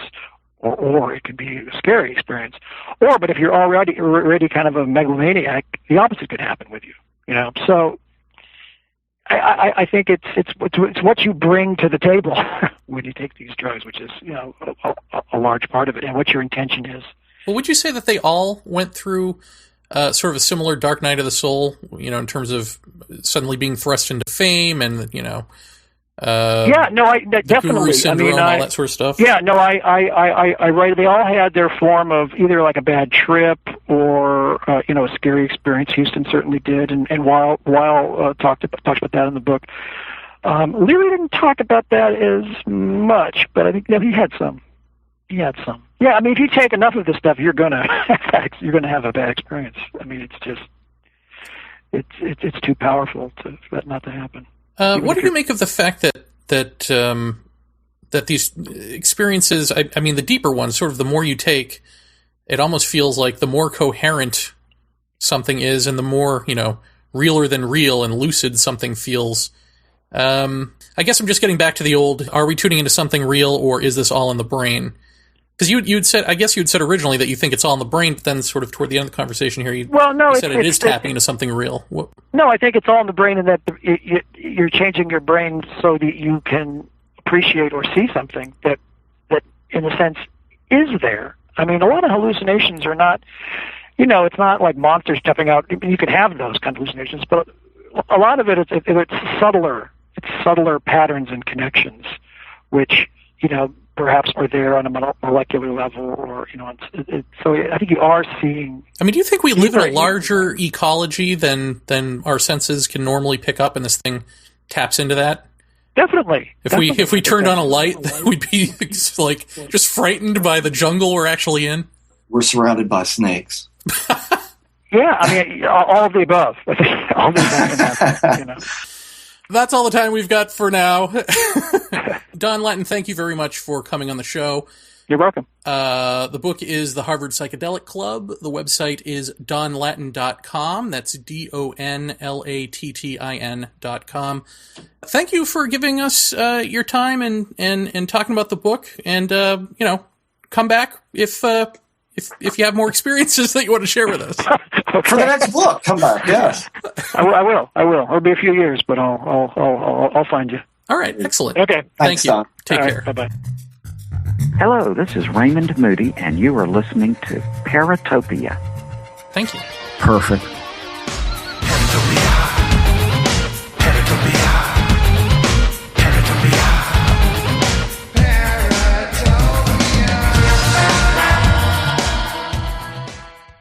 So the Jeff. So the Jer. Lovely in springtime are you. Jesus. What That's was right. that about? What? What did you drop? Did you lick page 108 during It's for the subscribers. During the show? we promised the subscribers bonus content. Oh, is that it? There it is. Thank you. Funny. So that was interesting. All the sociological shenanigans of the 50s into the 60s. Yeah. And then he was kind enough to give us some of his own personal experiences with the drugs. Yeah. So that was good. I bet he doesn't do a lot of interviews where he's asked about his own trips. Yeah, I mean, to me, that was one of the best parts of the book. I really enjoyed reading that, and the notion of how long that it took him to extricate himself from, the ether after after that, I mean, what, 2-3 months, it's like, Jesus Christ, how do you, I mean, I'm certain it wasn't, as impactful as being dosed all the time, but certainly, he says it was hard to function. I can't imagine. And I can't imagine how fearful he must have been to say, is this ever going to stop? Have I ruined myself? I mean. Yeah, well, I had, when we did the mushroom thing, I don't know if you remember this, but I think I did it on a Wednesday, right? Or a Thursday. I don't remember if it was Wednesday or Thursday, but I know that Friday, it must have been a Wednesday night into Thursday, right? And then Friday I was, in Cape Cod with my mom and sister, and I had, I don't know a flashback, I don't know what you would call it, but I had a trip where I was looking out the windows to where the ocean should be, and there was this forest, and there were these UFOs and all and I mean, this looked like I was like, holy shit, I'm going to be abducted by aliens. And then I remembered as I'm staring at this, I remembered, wait a minute, no. There should be, yes, a picture window there, or sliding glass doors, I should say. But there should be an ocean. There shouldn't be woods. Right. And I was hearing like sirens and cops going from house to house, like behind me as this is going on. And I just realized, oh, wait a minute, I'm hallucinating. Right. So it's kind of scary, I guess. Or I don't know. I wonder if there are people who don't have that moment of, oh, I get it, I'm hallucinating. I guess that would be even more frightening. But certainly didn't bring on a panic attack. It sounds like what he had in sort of his, flashback trips was a panic attack associated with it. Yeah. Well, I mean, I think people who do a lot of psychedelics would agree with us, particularly the mushroom, that you don't quite feel right the next day. Well, you haven't slept is part of the problem. Well, I mean, yeah, that's part of it. But I remember being unbelievably thirsty. I remember feeling lethargic and not, like when you stay up for a really long time and you get that disconnected feeling where you just kind of exist. Yes. I kind of had that for most of the day. And that wasn't exactly pleasant. But yeah, I mean, we've heard about the acid. I mean, Syd Barrett from Pink Floyd. I mean, he went on the trip and never came back, and there's plenty of other ones out there who didn't come back. So I mean, the notion that it is dangerous. When you say they didn't come back, does that mean that they're sitting in a vegetative state, or does that mean that every now and then they suddenly find themselves immersed in a hallucination? No, I would say that. Number one, I don't know, but what I know about Syd Barrett is that he basically tripped on. I mean, he tripped hard for a long time and he's lost his mind. And I think, in his case, I mean, this is just my own take on it. I think that there might have been the fear of success type of thing going on there. There's underlying things there, I'm sure, but I mean, he ended up, going back home to live with his mom and had to be taken care of. And that might happen to me without the drugs. Well, yeah. But yet he could still come to the recording studio and did for a while, I think, after they replaced him in the band. So it wasn't like he was non-functional. It was just he was not there. And clearly the rest of the guys from Pink Floyd, lamented this for years. And even up until, their most recent album where there's effigies and lament of Syd. So, yeah, I mean, it is really sad that it can go that way. But, and that was basically one of my greatest fears with it was, when is this going to stop? I mean, it's not like one of those things where you can just turn it off. And I do remember a friend of mine, way back, probably 1988, 89, 4th of July, and he drops acid before the fireworks. And I'm like, what are you doing? And he's like, yeah, this is going to be a good fireworks display. And I remember driving him home, and we're in my truck, and we're going down the road, and he's like, okay, I'm ready for this to stop now. And I said, what are you talking about? You just, it was probably 3 hours ago. You got a while. And he's like, he looks over at me with this horrified look on his face. He goes, what do you mean a while? What does that mean? And I said, well, it's 11 hours? He was mortified. He's like, I didn't know that. So it's not the kind of thing where you just flip a switch or, drink a cup of coffee and, oh, you're all straightened up. It's not liquor. No, it's definitely not liquor. No. Well, here's where I get sort of, I'm not sure what to make of what exactly this is about it. Now, if it's something that's really in our environment, I mean, there were differences, like I said on the episode where we actually did the shrooms, or shortly thereafter. There was a difference between what I was and what my environment was walking around, as opposed to sitting in a meditative state with my eyes open, as opposed to sitting or lying down with my eyes closed.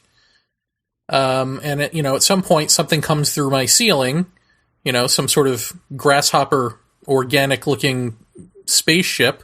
This is eyes open, right? Yeah. Mm-hmm. I mean, that didn't happen.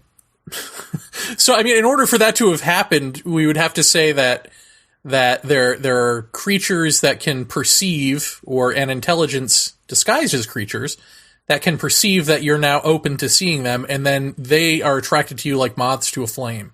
That seems less likely than there's a hallucination going on. That just is a hallucination. Right.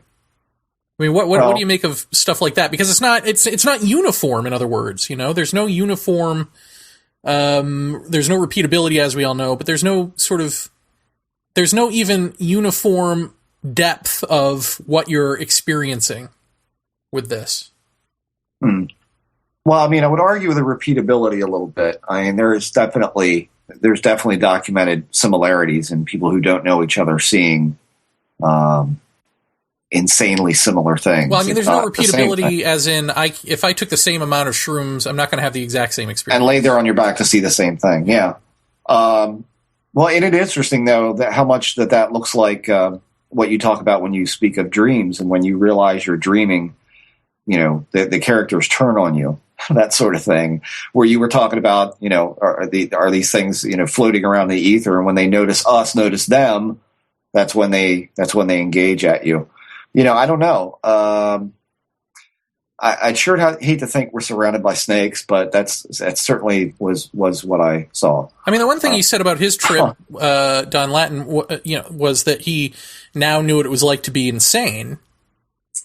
And that's exactly what I said to you. Yeah, that's exactly what I said to you on the phone. Because I absolutely at some point had a moment of cracking, of psychotic break. Yes. Like, I know I had a psychotic break because my face was moving in 4 directions. I was clawing at it, and I was laughing like that scene out of, Evil Dead 2 where all the furniture goes nuts. And he's going, ah! Right. And it's the fisheye lens, close up of his face.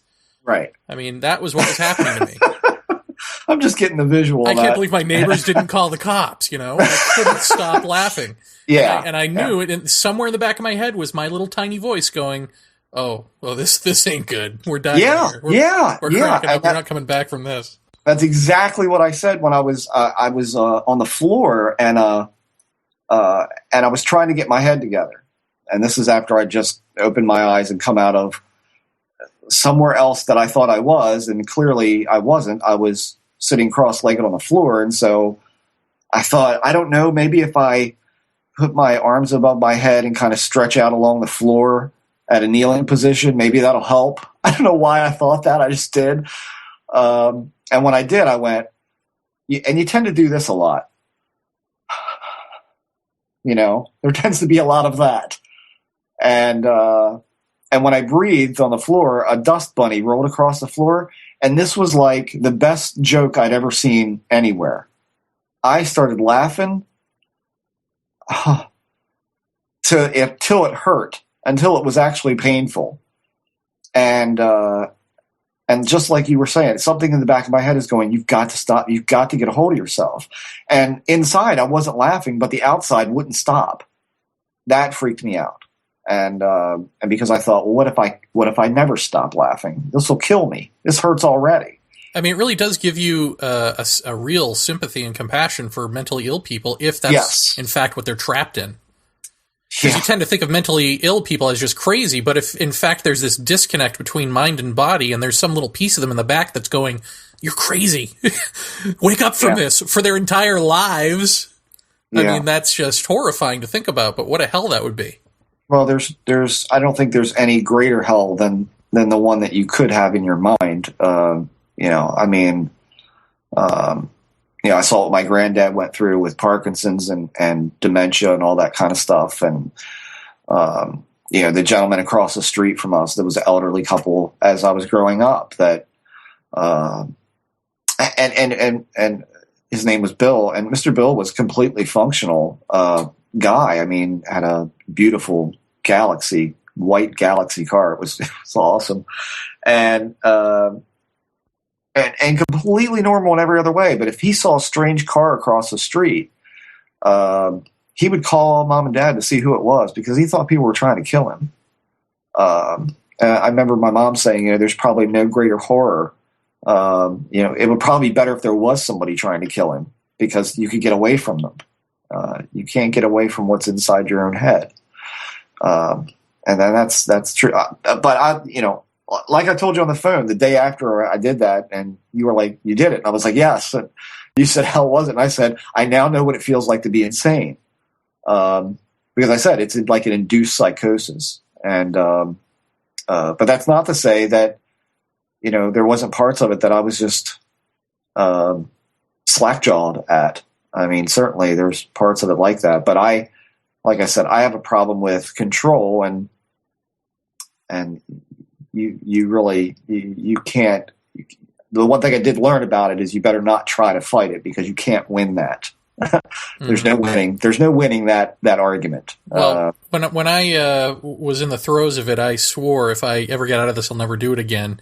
And then, of course, I took one cap just to see what the difference was. Many months later, and I've still got the small handful left. So I'm thinking about taking that soon, just to get it out of the way. I don't know. It's been in the back of my mind to try to do it during the day instead of at night, just to see what the difference is.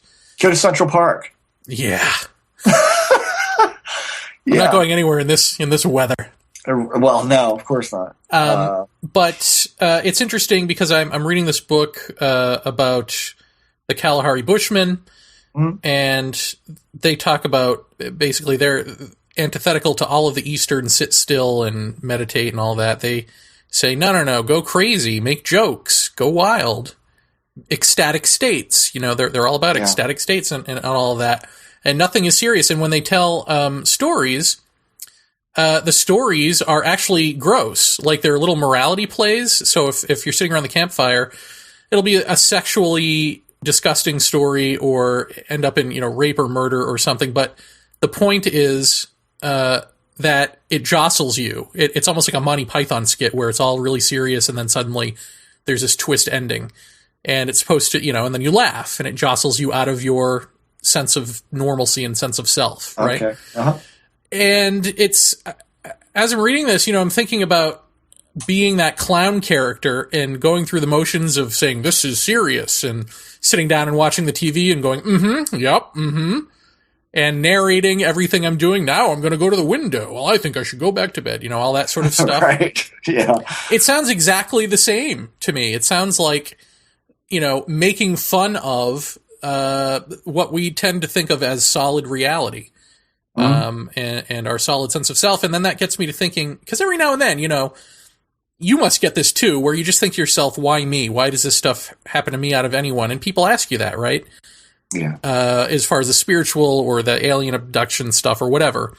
And I got to thinking, I'm not that far off from a Kalahari Bushman clown in real life. You know what I mean? Like I've always had a fancy for the deep stuff, right? And the spiritual stuff, right, to find out, what's true and what's not. But I've also always been, this asshole, Right. Well, we all know that. Yeah. I like to make jokes, and I like to make jokes at the expense of people, and I like to do tricksterish stuff. Right. And I put all of this together and I go, oh, that's exactly what the Bushman would raise as a person who would be primed for having a spiritually ecstatic experience. So I find that interesting. What, that you're an asshole? Yeah. Anyway. Well, no, just that, we have this image in our heads of what what it takes to lead a spiritually mature life, right? And it's all this like, be quiet, sit still, empty the mind, discipline yourself, all of that stuff. Mm-hmm. And, you've seen these new agey gurus and meditators and, yoga instructors, and they all have a same sense of demeanor about them. There's the same expected demeanor, which is of like maturity and discipline and reserved nature. Mm-hmm. But here are the Kalahari telling you, no, actually, we represent original spirituality since humanity came from us. And guess what, folks? You're supposed to go nuts. You're supposed to, embrace this at the laughter level. And then when you do drugs, it's the same thing. It's taking off that mask. And at least for me, it was also making fun of it. And I didn't even realize I still had a mask to make fun of until that happened to me. Huh. Why do you think, and this came up in the interview, why do you think that our species likes to be intoxicated? Because it feels good. I mean, orgasm feels good. Drugs feel good. Everything. I mean, you're when you're talking about more real than real or super sensitivity. I mean, I don't know. We can't answer what is it about feeling good that feels good, but it does, and so we like to do it. Don't you think? You think there's more to it? I don't know. And see, this is the part that I had to get past with the mushroom thing. And, it's like I was never one of those people who like to, go to a party and get wasted, drinking beer or Jack Daniels or whatever. And, I was always the guy in the band who, packed up his gear after the gig and left. I wasn't hanging around to get high and all of that. And I don't know. I was never one to say, yeah, I like getting fucked up and hanging out with my friends and all that kind of stuff. I just that like there were better things to do than that. But I see that there is an inordinate amount of truth to the notion that our species likes to intoxicate itself and likes to lose control of its faculties at somewhat regular intervals for some people. And I just wonder what that is. I mean, well, yeah, besides the pleasurable aspects. I mean, there are pleasurable aspects to it, but there's a loss. No. I'll take it back. I think you can define what feels good about feeling good, because I think you just said it. What feels good about feeling good, what it actually means. The definition of feeling good is feeling and not being yourself. Because when you laugh really hard, you sort of lose your sense of self for a second. You certainly lose your dignity and your self-respect and all. I mean, it all goes out the window. You're laughing. When you orgasm, they call it the little death. When you take these drugs, when you drink alcohol, when you smoke marijuana, it's all losing your sense of self, and that feels good. It's taking the mask off. It's taking the mask off, and it's also in the process, at least I think the deeper you go with these things, you're sort of immersing back into the one ocean or whatever. You're, as you said, your skin's, peeling away or whatever. Melting away. I think your sense of your own autonomous entity, which is bullshit, which is the thing that we fight to defend every day from the moment we're born. I mean, when that slips away, it's scary and yet, awe-inspiring at the same time.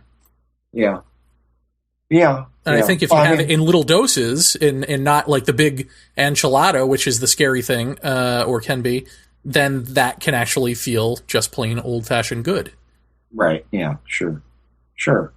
Yeah, it's a curious thing. I mean, this is something that Terrence used to talk about a lot. At one point in his career, he talked about the mushroom, coming from a spore, and a spore's, shell is so dense molecularly that it approaches a metal state. And so this thing could conceivably come through space. And, is this some sort of, I don't know, like an alien probe that self-replicates itself as space gets bigger, as it takes off from wherever it is coming from? It self-replicates every so often. It's when it decomposes, it doesn't hurt anything. Its root structure is very fragile and cobwebby, and so he said, is this the kind of thing where it's like an alien calling card where, if you eat this, you're actually talking to, in some way, the alien hive mind or what have you. So is it essentially a really hot technology as opposed to this natural thing? I don't know if he always stuck to that going forward in his career or not. I mean, I think at one time I heard him say, I entertained that this could be an extraterrestrial artifact at one time or another. Well, I don't know. I got a question for you about McKenna. Now, Don Lattin and the host of Psychedelic Salon both say that McKenna liked to tell tall tales, and I think Dennis McKenna, I don't know if we directly asked him or not how much of Terrence's experiences were real, but he sort of alluded to that, they were, but he put his own spin on them kind of thing. How much, I mean, you and I talk about his stuff as sort of mind-blowing reality. What do you think? Is it mind-blowing reality, or is a lot of it fiction? I mean, why do some people just sort of laugh off Terrence as a guy who liked to tell stories? To hear him talk about his UFO sighting to a psychedelic crowd who came to hear him talk about that, it will be a much more abbreviated version. If he goes to a UFO conference to talk about that, then it will expand, and he will expand on it, not in the sense of adding to the story or altering it, but rather going a lot deeper. Not the Cliff Notes version. Right. It's not the abbreviated, this is what I saw, here's how it happened, the end. It will be, what is the meaning that you can ascribe to this, and his own UFO sighting, the meaning was ascribed to. He always used to say, I don't think about it what a lot of people think about it. And, and anybody who knows this show, we've described his experience before. It was essentially to him saying, that ain't it. It's more than this. You're seeing this, but what are you really seeing? He saw a disc that was the Adamski disc. He knew that was horseshit. And so what do you make of that? He said, something that cast doubt upon itself, and then elaborates on that over time. I think he could get a little far out when he wanted to, depending on the crowd and depending on, but I don't think that, I've heard enough people talk about the DMT experience now to where I think it's a bit more chaotic than what he describes it being. And I've heard him say that the DMT experience he had done more than anyone he knew, that he somewhat got a little bit more he got his sea legs a little bit better and was able to understand a little bit more about it. And then he was able to describe these beings that he met in that state, in that place. I mean, early on, I heard him talk about it in the sense that he felt in the big round lit room with these little DMT tykes, as he called them. He said there was always the notion of he felt like he was in a child's toy box, and these were toys of some sort, and something was watching him react to them.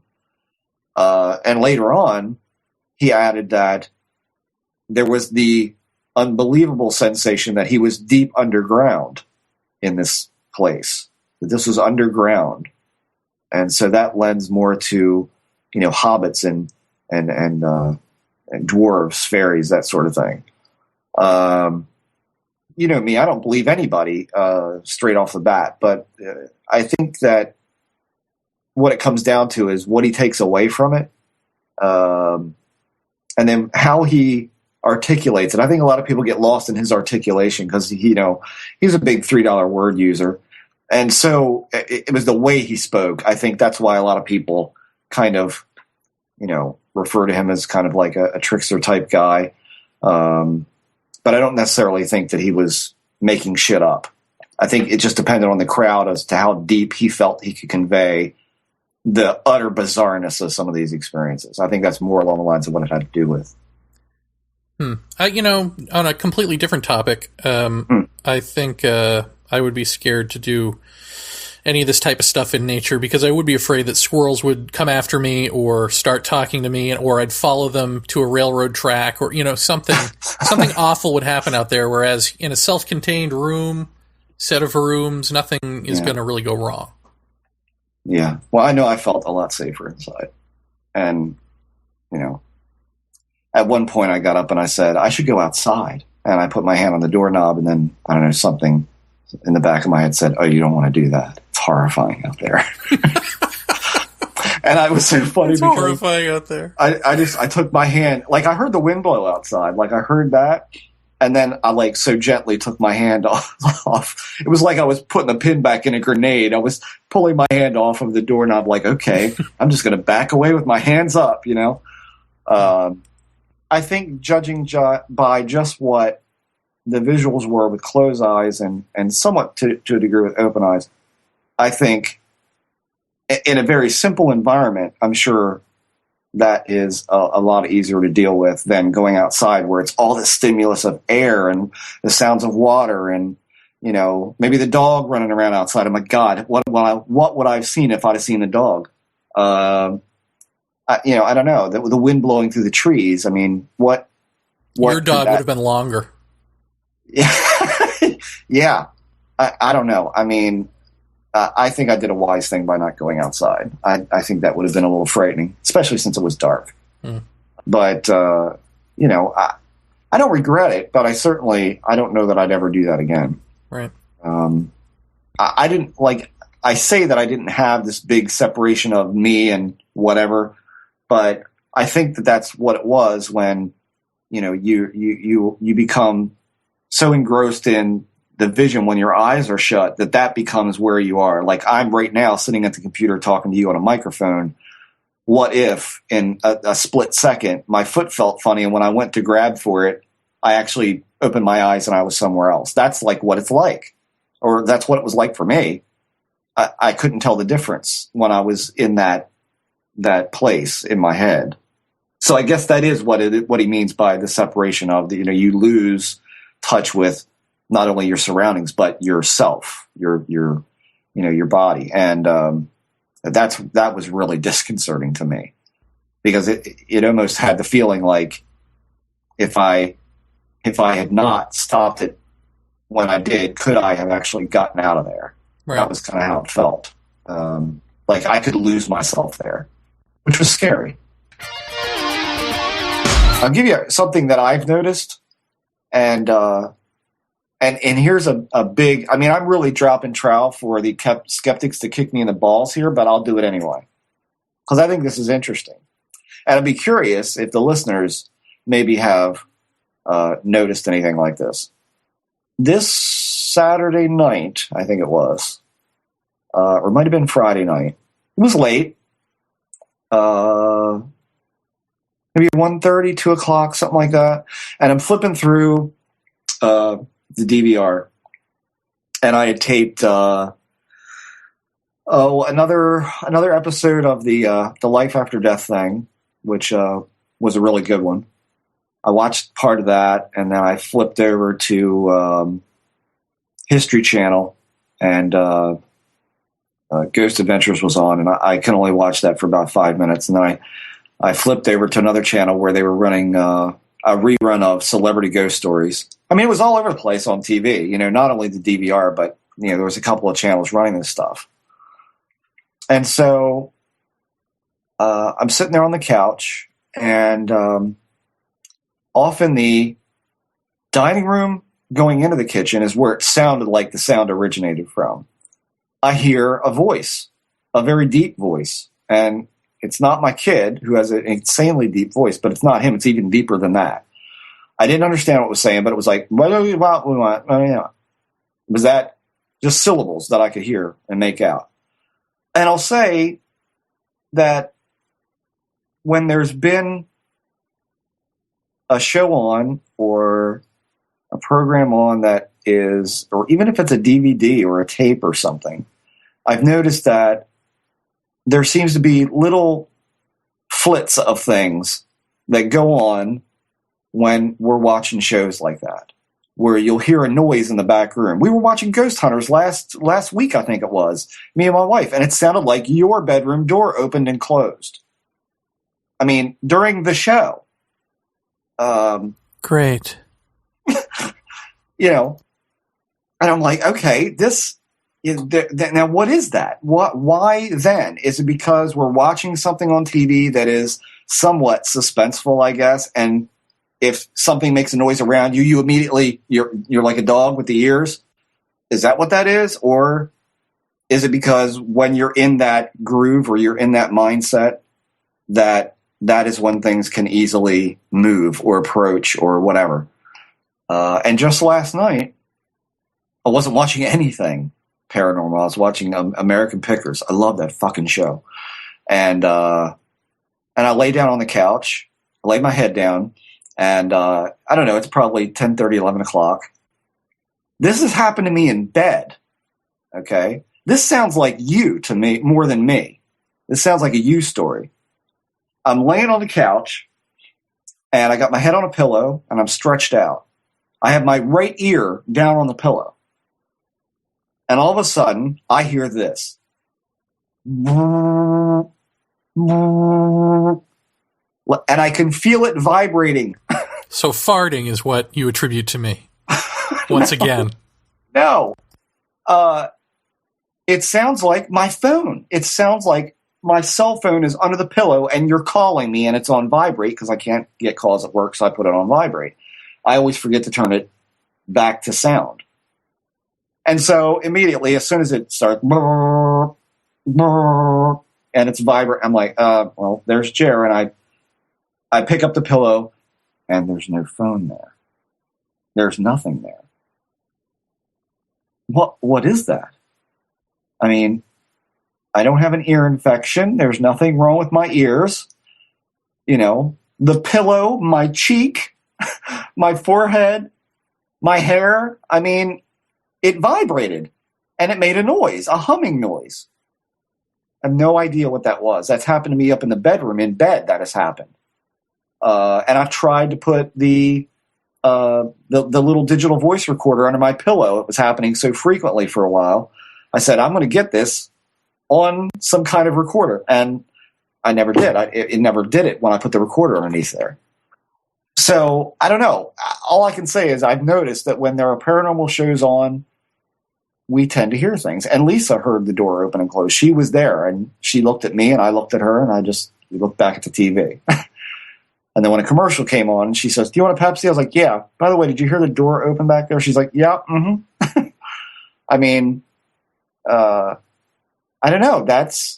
I think that's somewhat significant if it's not a psychological teasing just by virtue of watching a show like that. But if it's not, what does that mean? That you're watching a show about this, you're intently watching it, waiting for something to happen, waiting to see what they catch. And meanwhile, you hear something in your own house that shouldn't be moving or talking or whatever. I just find that odd. And it again, goes back to the same old thing. If you're focused upon something or, you're in that state of just paying attention, there it is.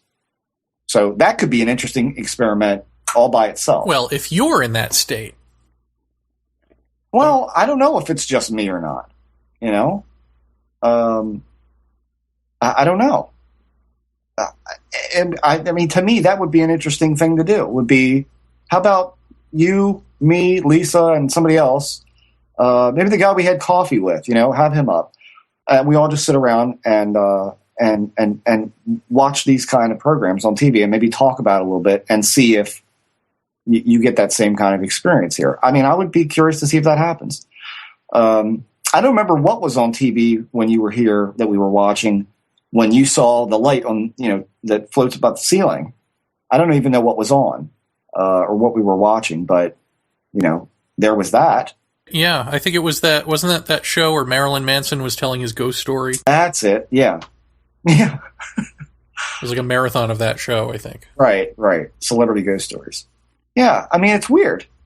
And clearly I'm not the only one seeing it. You saw something here. Lisa's seen a lot here. I don't know. I mean, what is the connection with that? That, to me, would be a damn interesting experiment.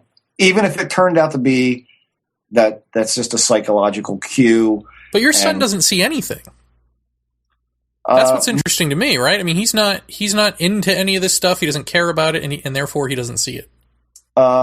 He doesn't talk about it. He feels, well, I mean, number one, I think he doesn't want to be bothered with it, number one. He certainly has talked about it with his mother and I. He and Lisa have had experiences in the house that I wasn't even here for. In this place or in the condo? Both. And Lisa's had experiences alone, both in the condo and here. But he doesn't have know. deep discussions about them. He just sort of says, yeah, this happened, weird, right? And then goes on about his day. That's pretty much, I would say, how he says it, you know? I mean, if the conversation is, you know, if we're out camping and there's, you know, people around and we start talking about this type of thing, then he kind of, you know, begins to talk about it a little bit more, brings up that he's seen stuff with his mom and stuff like that. But I think his solitary, if he has any solitary, you know, connections or sees something out of the ordinary, I don't think necessarily he would just come down and tell us about it. He did say that he saw a dark figure at the top of the stairs one night going up to bed, that he thought was my wife because she was already asleep, but he got to the top of the stairs and nobody was there. Yeah, I mean, he sees stuff, but it's just not, he's always been insanely skeptical. I mean, very skeptical. And I would say a good chunk of what, you know, we see on TV, he'll go, well, that's got to be, you know, a piece of lint or that's got to be dust and, you know, he's usually right. I don't know. He's not quite as vocal about it. You know, I don't know if it's just that he's not that curious about it or whether it's just become commonplace because he grew up with it. I mean, when we moved here, I would say for the first 6 months, this is a very nice, peaceful, non-weirdo place. And I'm not saying it's not that now. It is, but there's a little flits here and there of weird shit. Like a guy walking into your bedroom. Yeah, I like how you downplay what's actually happened. It's because it's you know, flits here and there. A fully grown man walks into your bed. I'm talking about more shared stuff, you know, like more overtly, you know, in the face of many rather than just me. Like, I can't count me, you know, like that doesn't count for me. I know it's there, but nobody else knows. I mean, nobody else knows, like, for sure. I'm talking about stuff other people actually can see. Like, there it is. You know, I remember my son telling me, I really like living here because I'm not seeing crap out of the corner of my eye all the time. And I said, what do you mean? He's like, yeah, the condo is crazy. Like, you'd always see something in the hallway or something, you know, outside the window or on the deck or in the sunroom. You'd always see things moving. And here you don't see any of that. And I'm like, well, that's good. Yeah. I told my wife about that. She's like, yeah, see, he sees this stuff too. You know, so I don't know. I would say there's getting to be a lot more shared stuff lately, you know, with you, with my wife. I think Jason has even seen a couple of weird things here at the house before when he stopped over. So, you know, but to try to document that, I mean, it's so sporadic. I mean, how many times can you set up a camera? I mean, how much tape do you got? Well, but you could say that of any alleged haunted place. Yeah, sure. So it's settled. We'll do it at your place. Fine. Mark it on your calendars, folks. We're bunking out at Jeff's. That's fine. I would have no problem with that. Anything else before we wrap? I don't think so. Okay. I guess I'll just announce that as of now, I plan on releasing my next book on March 29th of this year. For some odd reason, I've decided to go against all of my better judgment and self-publish and just get it out of the way. Or else it will just sit here collecting dust forever, and nobody wants that. And anyone I've given it to read, including publishers who have rejected it, have all said it's brilliant. I mean, when does that happen? They're just like, it's brilliant, but unfortunately, it's not for us. Have you tried these people? And then they say, it's brilliant, but unfortunately, there's a glut of that type of book, and we can't sell that from a famous person, let alone from you. So, with that, I gave it to Colin Andrews just to read and for shits and giggles, and he loved it so much he actually wrote a foreword for it. And I don't remember soliciting a foreword for it. But he wrote a foreword for it, and then he wanted to give it to his agent, but his agent said that she was way too swamped with people. And then the more I thought about it, if I got an agent at this point and I try to sell it to a publisher, who knows if it sells. If it does, then that's still at least minimum another 6 months before it sees the light of day. Yeah. So, I don't know. To me, it's like I've already moved beyond. When you've done something and you've already moved beyond it and you want to put it out there. Yeah. Well, you just want it out. I mean, you want to get it out there, so. Yeah. Do it yourself.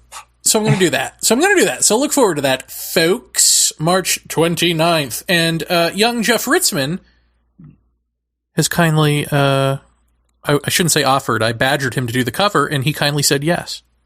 Yeah, I'll shit it out tomorrow. Jeff Ritzman, ladies and gentlemen.